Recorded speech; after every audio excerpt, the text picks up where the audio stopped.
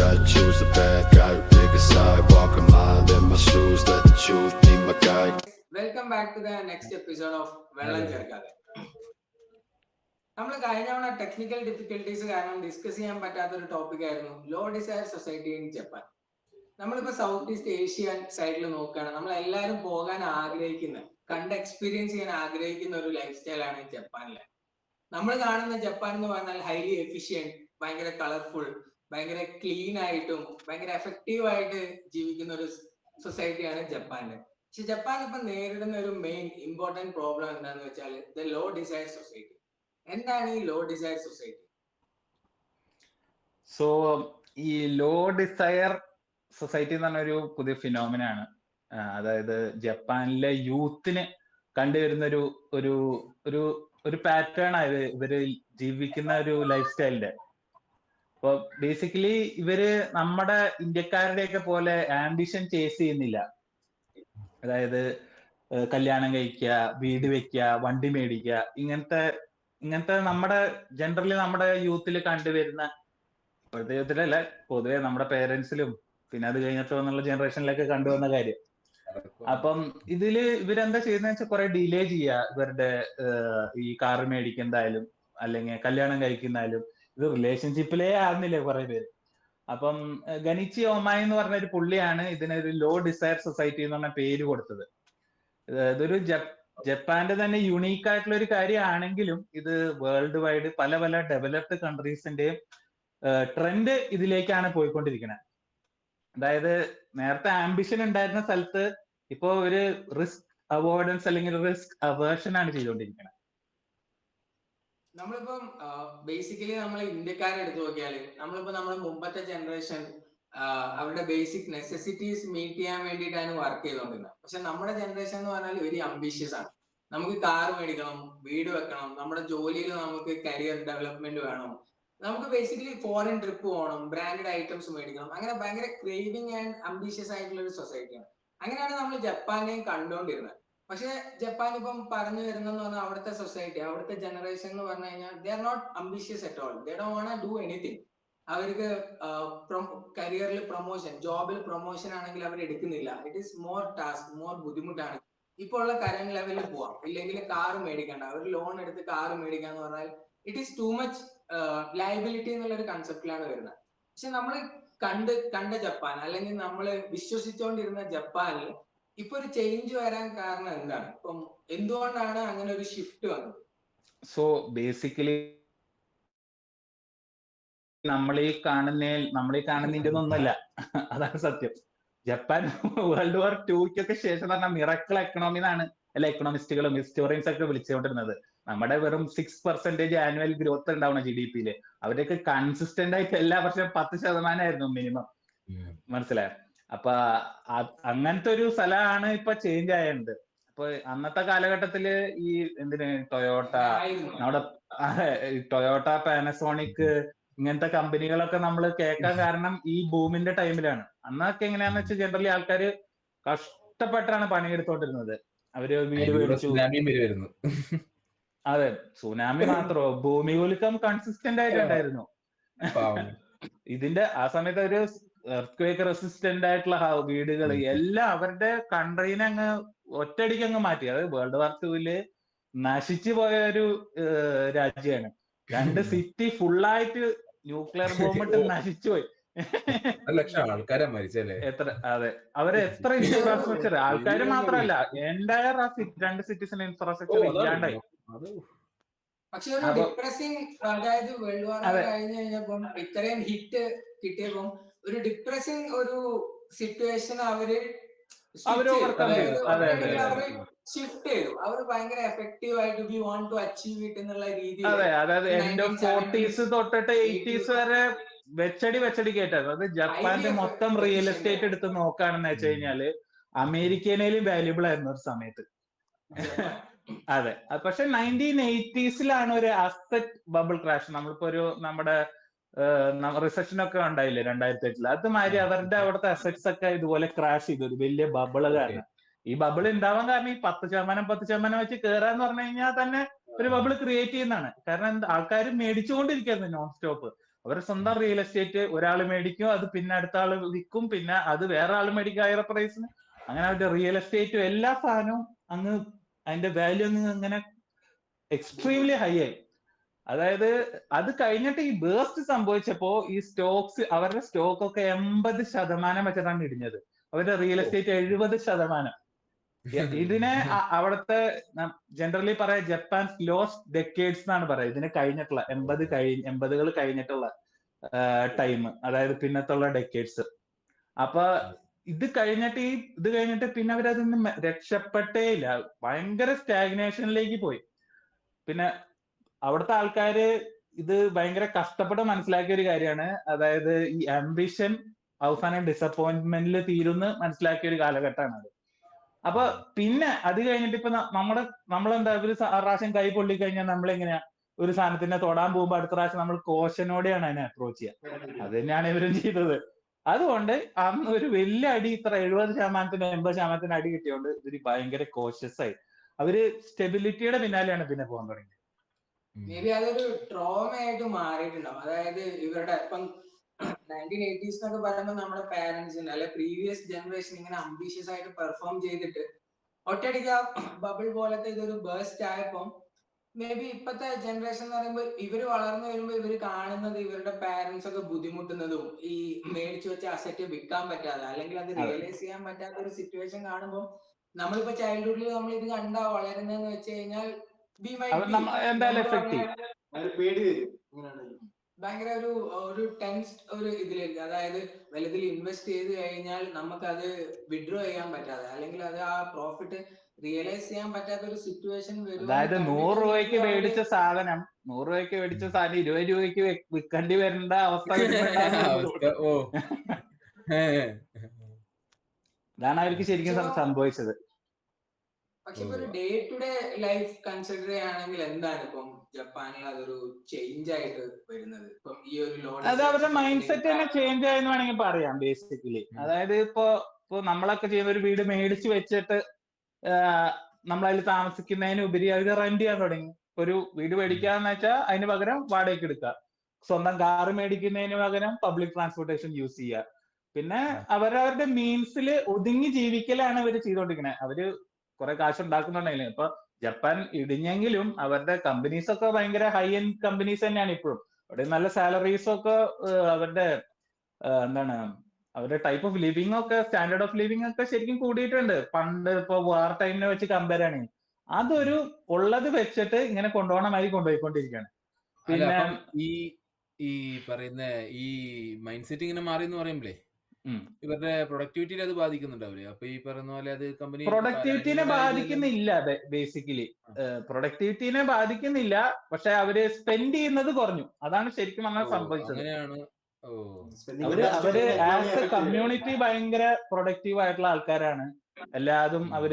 പക്ഷെ അവരുടെ ഡിസയറുകള്, അതായത് ഇപ്പൊ നമുക്കൊരു വണ്ടി മേടിക്കണം, പുതിയ വണ്ടി മേടിച്ചു അല്ലെങ്കിൽ കുറെ പുതിയ ഡ്രസ്സ് മേടിച്ചു, അങ്ങനത്തെ ആ ഡിസയറുകളാണ് അവർ കുറച്ചത് ബേസിക്കലി. പിന്നെ പോരാത്തതിന് കല്യാണം കഴിക്കുന്നത്, ഒരു പകുതിയോളം കല്യാണം ഒന്നും ഒരു പ്രോപ്പർ ആയിട്ടല്ല വർക്ക് ചെയ്യണത്. പിന്നെ ബർത്ത് റേറ്റ്സ്, അവര് കുട്ടികൾ ഉണ്ടാക്കുന്നില്ല ഇപ്പൊ പണ്ടത്തെ പോലെ ഒന്നും. അവര് ജനറലി കുട്ടികൾ ഉണ്ടാക്കുന്ന ഹിസ്റ്റോറിക് റേറ്റ്സിനെ വെച്ച് കമ്പയർ ആണെന്ന് വെച്ചാൽ ഇപ്പൊ കുട്ടികളെ ഉണ്ടാകുന്നില്ല എന്ന് വേണമെങ്കിൽ പറയാം. ഭയങ്കര ഏജിങ് ആയ സൊസൈറ്റി ആവും കൂടി ചെയ്തു. പിന്നെ എന്താണ് പ്രേമം എന്ന് പറഞ്ഞ കോൺസെപ്റ്റ് ഇല്ല അവിടെ. എന്ന് പറഞ്ഞാൽ പ്രേമം ആൾക്കാർ പ്രേമിക്കുന്നില്ല. ഒരു 90% യൂത്തും പ്രേമിക്കുന്നില്ല. അതിനുവേണ്ടി ഗവൺമെന്റ് ഒക്കെ ഫോഴ്സ് ചെയ്യാണ് ആൾക്കാര് പ്രേമിക്കാൻ വേണ്ടിയിട്ട്. അങ്ങനെ ഒരു സാഹചര്യമാണ് അവിടെ നടന്നുകൊണ്ടിരിക്കുന്നത് ബേസിക്കലി.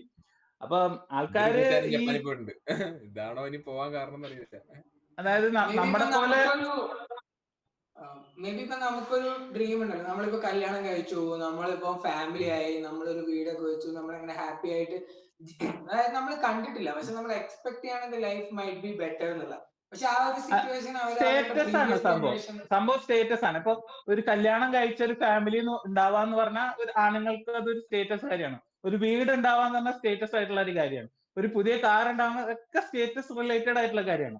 ഇപ്പൊ ജപ്പാൻകാര് ആ സ്റ്റേറ്റസ് എന്ന് പറഞ്ഞ കോൺസെപ്റ്റേ വിട്ടു. ഇപ്പൊ അവര് സർവൈവലും കംഫർട്ടും മാത്രമാണ് ബേസിക്കലി നോക്കുന്നുള്ളൂ. അല്ല അപ്പം ഒരു ഇൻഡിവിജ്വൽ ലെവലിൽ നോക്കുമ്പോ ഈ കംഫർട്ട് എന്ന് പറയുന്നത് നല്ലൊരു കാര്യമല്ലേ? ഇതില് മോശം പറയാനില്ലല്ലോ. അപ്പൊ ആൾക്കാര് കംഫർട്ടിലോട്ട് തിരിയുന്നു, അവരുടെ സ്വന്തം കാര്യങ്ങൾക്ക് അവർക്ക് ഇഷ്ടമുള്ള രീതിയിൽ നമുക്ക് ഒരിക്കലും പറയാൻ പറ്റുന്നില്ല. ഇത് പേഴ്സൺ ടു പേഴ്സൺ ആണുള്ള ഒരു കാര്യം. അതെ, ഇൻഡിവിജ്വൽ കാര്യമാകുമ്പോ ഒരാൾ ഇൻഡിവിജ്വൽ ചോയ്സ് അല്ലേ അവിടെ വരുന്നത്.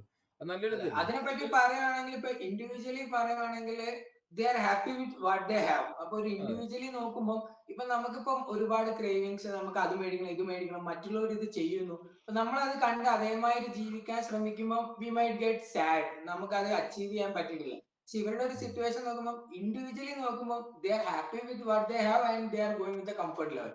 അത് ഓക്കെയാണ്. പക്ഷെ ഒരു എക്കണോമിക് പെർസ്പെക്ടീവ് നിന്ന് നോക്കുമ്പോൾ the economy is not growing. Low desire society എങ്ങനെയാണ് എക്കണോമിയെ എഫക്ട് ചെയ്യുന്നത്? ഒരു വലിയ ചോദ്യമാണ്. ഒരു മണി മൂവ്മെന്റ് അവിടെ വരുന്നില്ല. ഇപ്പം നമ്മളിപ്പം ഫിനാൻഷ്യൽ ആൾക്കാരൊക്കെ, ഒരു ഇമ്പോർട്ടന്റ് ആൾക്കാരൊക്കെ പറയുകയാണെങ്കിൽ, കാരണം ഡിസയർ ആണ് എക്കണോമിനെ മൂവ് ചെയ്യുന്നത് ബേസിക്കലി. പറഞ്ഞപ്പോ തന്നെ എക്കണോമിക് സർക്കിൾ വർക്ക് ചെയ്യണമെങ്കിൽ മണി ഫ്ലഷ് ഔട്ട്, വീട് മേടിച്ചാല ആൾക്കാർക്ക് വീട് ഉണ്ടാക്കി വിൽക്കാൻ പറ്റും. വണ്ടി മേടിച്ചാല വണ്ടി ആൾക്കാർക്ക് ഉണ്ടാക്കി വിൽക്കാൻ പറ്റും. ഇതൊക്കെയാണ് മെയിൻ പ്രോബ്ലം അവിടെ. സൊസൈറ്റിനെ അഫക്ട് ചെയ്യുന്നതാണ് പറഞ്ഞത്. ആൾക്കാർ ഇൻഡിവിജ്വൽ കംഫർട്ട് നോക്കി പോകുമ്പോൾ സൊസൈറ്റിനെ അഫക്ട് ചെയ്യുന്നു. പക്ഷെ ഇപ്പം വെഹിക്കിളിന്റെ കാര്യം നമ്മൾ സ്പെഷ്യലി പറയുകയാണെങ്കിൽ ജപ്പാനിലെ പബ്ലിക് ട്രാൻസ്പോർട്ട് സൂപ്പറാണ്. അതായത് ഇപ്പം അവിടുത്തെ പബ്ലിക് ട്രാൻസ്പോർട്ട് ഭയങ്കര എഫിഷ്യന്റ് ആണ്. അപ്പം ആൾക്കാർ അതിലേക്ക് ഇപ്പം നമ്മളൊരു വണ്ടി എടുത്ത് ഓടിച്ചു പോണതിലും കൂടുതൽ ഇപ്പം ഇവിടെയും അങ്ങനെ ഒരു എഫിഷ്യന്റ് ആണെങ്കിൽ may be will prefer the public transport. അതിപ്പം സ്മൂത്ത് ആൻഡ് എഫിഷ്യന്റ് ആണ്, നമുക്ക് പോയാൽ എപ്പോഴും വണ്ടി കിട്ടും, കയറി പോവാം, ലോ ടൈമിൽ എത്തുവാണ്, ട്രാഫിക് ഇത് ഉപയോഗിക്കുമ്പോൾ. അപ്പം ആ ഒരു പോയിന്റിൽ മാത്രം maybe it's okay to use the public transport. യൂറോപ്പിലും കുറെ കൺട്രീസിലൊക്കെ അങ്ങനെയാണ്. ജനറലി ഡെവലപ്ഡ് കൺട്രീസിലൊക്കെ, അമേരിക്കയൊക്കെ ഒഴിച്ച് എനിക്ക് തോന്നുന്നു മിക്ക ഡെവലപ്ഡ് കൺട്രീസിലും പബ്ലിക് ട്രാൻസ്പോർട്ടേഷൻ അടിപൊളിയാണ്. പക്ഷെ ചില കൺട്രീസിൽ അത് അടിപൊളിയാണെങ്കിലും you have the option, you prefer, because ആ സ്റ്റേറ്റസിന്റെ ഇപ്പൊ ദുബായ് പോലത്തെ ഒരു സിറ്റി ഒക്കെ എടുത്ത് വലിയ ഡെവലപ്ഡ് ആയിട്ടുള്ള ഒരു കൺട്രിയാണ്. പക്ഷെ അവിടെ കുറെ ആൾക്കാർ പ്രിഫർ ചെയ്യുന്നത് സ്വന്തം ഓൺഡ് കാർ ഓടിക്കാനും ഇവിടെ അങ്ങനെയാണ്. ഇവിടുത്തെ വെച്ച് പറയുമ്പോ ഇന്ത്യയിലെ മെച്ചം ബെറ്റർ ആണ് യുകെയിൽ വെച്ച് നോക്കുമ്പോ. ഇപ്പൊ ഒരു ഫിനാൻഷ്യൽ ആൾക്കാരൊക്കെ പറയുന്നത് എന്താന്ന് വെച്ച് കഴിഞ്ഞാൽ there is A growing economy, അല്ലെങ്കിൽ ഗ്രോ ചെയ്യാത്ത ഒരു economy. Then there is A third kind of economy, Japanese economy. അതായത് ഇപ്പം നോർമലി ഇപ്പൊ ഒരു എക്കണോമി ഗ്രോ ചെയ്യുന്നില്ലെങ്കിൽ അവിടെ മോസ്റ്റ്ലി ചെയ്യുന്ന ഒരു കാര്യം, അല്ലെങ്കിൽ ഒരു ഈസി ആയിട്ട് ചെയ്യാവുന്ന കാര്യം എന്ന് പറഞ്ഞാൽ എക്കണോമിയിൽ ഒരു ചേഞ്ച് കൊണ്ടുവരാൻ വേണ്ടി printing more money and giving people more money. So people tend to spend it. അപ്പൊ ഒരു മണി ഫ്ലോ വരും, ഇങ്ങനെ പൈസയുടെ ഒരു ഫ്ലോ വരും. പക്ഷെ ജപ്പാനിൽ വരുന്ന ഒരു ഡിഫറൻസ് എന്താന്ന് വെച്ച് കഴിഞ്ഞാല് you print more money and give it to people, it gets disappeared. പൈസ കാണുന്നില്ല, കാരണം ആൾക്കാർ അത് ഇൻവെസ്റ്റ് ചെയ്യുന്നില്ല, ഒന്നും വാങ്ങുന്നില്ല, സേവ് ഇറ്റ് ആസ് മണി, ഒന്നും ചെയ്യുന്നില്ല. അപ്പം ആ പൈസ ഡിസപ്പിയർ ആവാണ് ചെയ്യുന്നത്. അതായത് ഇപ്പൊ നോർമലി വിദേശത്ത് പോകുന്നു, അങ്ങനെ സ്പെൻഡ് ചെയ്യുന്ന കാര്യങ്ങളുണ്ടോ? അല്ല, വിദേശത്ത് പോവാന്ന് പറഞ്ഞു കഴിഞ്ഞാല് ഇപ്പൊ നമ്മുടെ അത്ര എക്സ്പെൻസീവ് അല്ല ജപ്പാൻകാർക്ക് ട്രാവൽ ചെയ്യുന്നത്. പക്ഷെ relative to another developed country ഇവരത്ര സ്പെൻഡ് ചെയ്യുന്നില്ല. പുതിയ യങ്ങർ ജനറേഷന്റെ കാര്യമാണ് പറയുന്നത്. പിന്നെ ഒരു ഫിലോസഫിക്കൽ ആംഗിൾ എടുത്തു കഴിഞ്ഞാല് ബേസിക്കലി ഒരു ഇൻഡിവിജ്വലിന്റെ പെർസ്പെക്റ്റീവ് നമ്മൾ പറഞ്ഞല്ലോ. അപ്പൊ ഇവര് ഡിസയർ ഉണ്ടാവണത് പേടി ആയതുകൊണ്ട് ഉള്ള കുറെ ആൾക്കാരും ഉണ്ട്. പിന്നെ ഇത് എനിക്ക് ഇത്ര മതി എന്ന് വിചാരിച്ച് ജീവിക്കുന്ന ആൾക്കാരും ഉണ്ട്. ചില ആൾക്കാർ ഇപ്പൊ നീ പറഞ്ഞ പോലെ പുറത്തേക്ക് പോകണമെന്നൊന്നും ചെലവാക്കണം എന്നില്ല. ചിലവര് ആഗ്രഹമില്ല പുറത്തേക്ക് പോകാൻ. അവരും ഈ രണ്ട് ഗ്രൂപ്പ് ആൾക്കാരും ചെയ്യുന്നത് ഒന്ന് തന്നെയാണ്. പക്ഷെ പേടിച്ച് ചെയ്യുന്ന ആൾക്കാര് ചെയ്യുന്നതാണ് കുറച്ചും കൂടി ഡേഞ്ചറസ് അവർക്ക്. കാരണം അത് അതൊരു സൈക്കിളായിട്ട് കണ്ടിന്യൂ ചെയ്യാം അവരുടെ പിള്ളേർക്ക്, അടുത്ത ജനറേഷനൊക്കെ. ഫോളോ ആയി പോകുന്നല്ലേ എല്ലാവരും. അത് ഇത് ഒതന്റിക് ആണോ ഫേക്ക് ആണോ എന്നുള്ള കാര്യത്തിൽ നമുക്ക് ഡൗട്ട് വരാണ്. അപ്പൊ ഇപ്പൊ നമ്മളിതൊരു ഗ്രൗണ്ട് ലെവലിൽ പറയുകയാണെങ്കിൽ ഇപ്പം നമ്മുടെ കയ്യിൽ പൈസ നമ്മൾ സ്പെൻഡ്, ഇപ്പൊ നിന്റെ കയ്യിൽ കുറച്ച്, അല്ലെങ്കിൽ ഗവൺമെന്റ് ഇങ്ങനെ കുറെ പൈസ പ്രിന്റ് ചെയ്ത് എല്ലാവരുടെ അടുത്ത് കൊടുക്കുവാണ്, അല്ലെങ്കിൽ ഇങ്ങനെ ഒരു ഫ്ലോ വരുവാണ്. നമ്മളെ പൈസ കിട്ടിയാൽ നമ്മൾ എന്ത് ചെയ്യും? നമുക്ക് ഒരുപാട് ആഗ്രഹങ്ങളുള്ള കാര്യങ്ങളുണ്ട് മേടിക്കാൻ. അല്ലെങ്കിൽ നമുക്കൊരു ട്രിപ്പ് പോകണം, അല്ലെങ്കിൽ നമുക്കൊരു കുറച്ച് മെറ്റീരിയലിസ്റ്റിക് സാധനം മേടിക്കണം, കാർ ഐഫോൺ മേടിക്കണം, വീട് മേടിക്കണം, ഐഫോൺ മേടിക്കുക, മാക്ബുക്ക് മേടിക്കുക. ഇങ്ങനത്തെ കാര്യങ്ങളൊക്കെ ഉണ്ട്. പക്ഷെ ജപ്പാനിൽ സംഭവിക്കുന്നത് പറഞ്ഞു കഴിഞ്ഞാല് അവരുടെ കയ്യിൽ പൈസ കിട്ടിക്കഴിഞ്ഞാലും they don't have desire. അപ്പൊ അവര് മേടിക്കുന്നില്ല. അവർക്ക് കയ്യിൽ പൈസ കിട്ടി കഴിഞ്ഞാൽ ആ പൈസ അവരെടുത്ത് കൊണ്ടുപോയി ഷെൽഫില്, ലോക്കറിൽ അല്ലെങ്കിൽ അവർ സേവ് ചെയ്ത് വെക്കുന്നു. It's not moving, money movement വരുന്നില്ല. അപ്പം എക്കണോമിയിൽ പൈസ വരുമ്പോ ഇറ്റ്സ് ഗെറ്റിംഗ് ഡിസപ്പിയർ. ട്രഡീഷണൽ ആയിട്ടുള്ള സ്റ്റിമുലസ് ഈ ലോ ഡിസയർ എക്കണോമി കാരണം ഇൻഎഫക്റ്റീവ് ആണ് ബേസിക്കലി. ഗവൺമെന്റ് ചെയ്യുന്നുണ്ടോ? ഗവൺമെന്റ് എന്ത് ചെയ്താലും ഗവൺമെന്റ് ചെയ്യുന്ന കാര്യം പറഞ്ഞ എക്കണോമിക് സ്റ്റിമുലസ് എന്ന് പറഞ്ഞാല് ഗവൺമെന്റ് പൈസ കൊടുക്കുക ഇവർക്ക്, നിങ്ങൾ അത് സ്പെൻഡ് ചെയ്യും എന്ന് പറഞ്ഞിട്ട് അവർ എന്നിട്ട് സ്പെൻഡ് ചെയ്യുന്നില്ല. മണി പ്രിന്റ് ഔട്ട് ചെയ്യാൻ എഫക്റ്റീവ് ആണെങ്കിൽ ആൾക്കാർ സ്പെൻഡ് ചെയ്യണം. സ്പെൻഡ് ചെയ്താൽ മാത്രമേ ബേസിക്കലി ഇപ്പം കൺസ്യൂമേഴ്സും ഉണ്ട്, പ്രൊഡ്യൂസേഴ്സും ഉണ്ട്. ഇപ്പം നമ്മളിപ്പോ കുറെ പ്രൊഡക്ട്സ് ഉണ്ടാക്കി വെളിയിലോട്ട് വിടുക, പക്ഷെ ഇപ്പൊ ആൾക്കാർക്ക് പൈസ ഇല്ല, ഗവൺമെന്റ് കൊടുക്കുക പൈസ സ്പെൻഡ് ചെയ്യാൻ വേണ്ടി, പക്ഷെ ആൾക്കാർ സ്പെൻഡ് ചെയ്യുന്നില്ല. അപ്പൊ ആ മൂവ്മെന്റ് നടക്കുന്നില്ല. അതുപോലെ ഈ ജപ്പാനിലെ മെയിൻ കമ്പനിയൊക്കെ ബാക്കി രാജ്യങ്ങളിലാണല്ലോ സെല്ലും കൂടുതൽ സെയിൽ അധികം ചെയ്യുന്നത്. പിന്നെ ഒരു കാര്യം എന്താ വെച്ചാൽ ഇത് ബാക്കിയുള്ള കൺട്രീസിന് ഒരു പാഠമാണ്. അതായത് ഇപ്പൊ നമ്മൾ ഇന്ത്യയുടെ കാര്യം പറയുമ്പോ ഒക്കെ നമ്മൾ മനസ്സിലാക്കേണ്ടത് എന്താന്ന് വെച്ച് കഴിഞ്ഞാല് ഈ നമ്മളിപ്പോ ഭയങ്കര ഗ്രോത്തിനെ ഫോക്കസ് ചെയ്ത് പോയിട്ട് എല്ലാരും ഗ്രോ ചെയ്യുമല്ലോ. ഈ പോസ്റ്റ് ഗ്രോത്ത് എങ്ങനെയായിരിക്കണം എക്കോണമിന്ന് ഇവരെ കണ്ടു വേണമെങ്കിൽ നമുക്ക് പഠിക്കാം. പോസ്റ്റ് ഗ്രോത്ത് എങ്ങനെ നമ്മൾ ഇത് ചെയ്യണം, ഇത് എങ്ങനെ ഹാൻഡിൽ ചെയ്യും. ഒരു കൺസംഷൻ ബേസ്ഡ് ആയിട്ടുള്ള എക്കോണമിന്ന് മാറി വേറെ ടൈപ്പ് എന്തെങ്കിലും എക്കോണമി, അല്ലെങ്കിൽ സ്റ്റാൻഡേർഡ് ഓഫ് ലിവിങ് മാറി കണ്ടന്റ്മെന്റ്, ആൾക്കാർക്ക് എന്താണ് സന്തോഷത്തോട് കൂടിയിട്ട് അത് അക്സെപ്റ്റ് ചെയ്ത് ജീവിക്കാൻ, അവരുള്ള മീൻസിൽ ജീവിക്കാൻ പറ്റുന്ന ഒരു ടൈപ്പ് ഓഫ് എക്കണോമിക്ക് വേണ്ടിയിട്ട് നമ്മൾ ഡിസൈനും ചെയ്യണം ഇവരുടെ എന്ന് നമുക്ക് മനസ്സിലാക്കിയിട്ട്. അത് മാത്രമല്ല നേരത്തെ സ്റ്റിമുലസിന്റെ ഇൻഫ്ലോയുടെ കാര്യമല്ലേ, ഗവൺമെന്റ് ഈ കാശ് കൊടുക്കുന്ന സാധനമൊക്കെ ഈ പ്രോബ്ലം ഇതൊരു ഹിസ്റ്റോറിക്കലി ഇതൊരു പ്രോബ്ലം സോൾവ് ചെയ്യുന്നില്ലല്ലോ. അവര് ഗവൺമെന്റ് തന്നെ ചമ്മിക്കുവാണ്.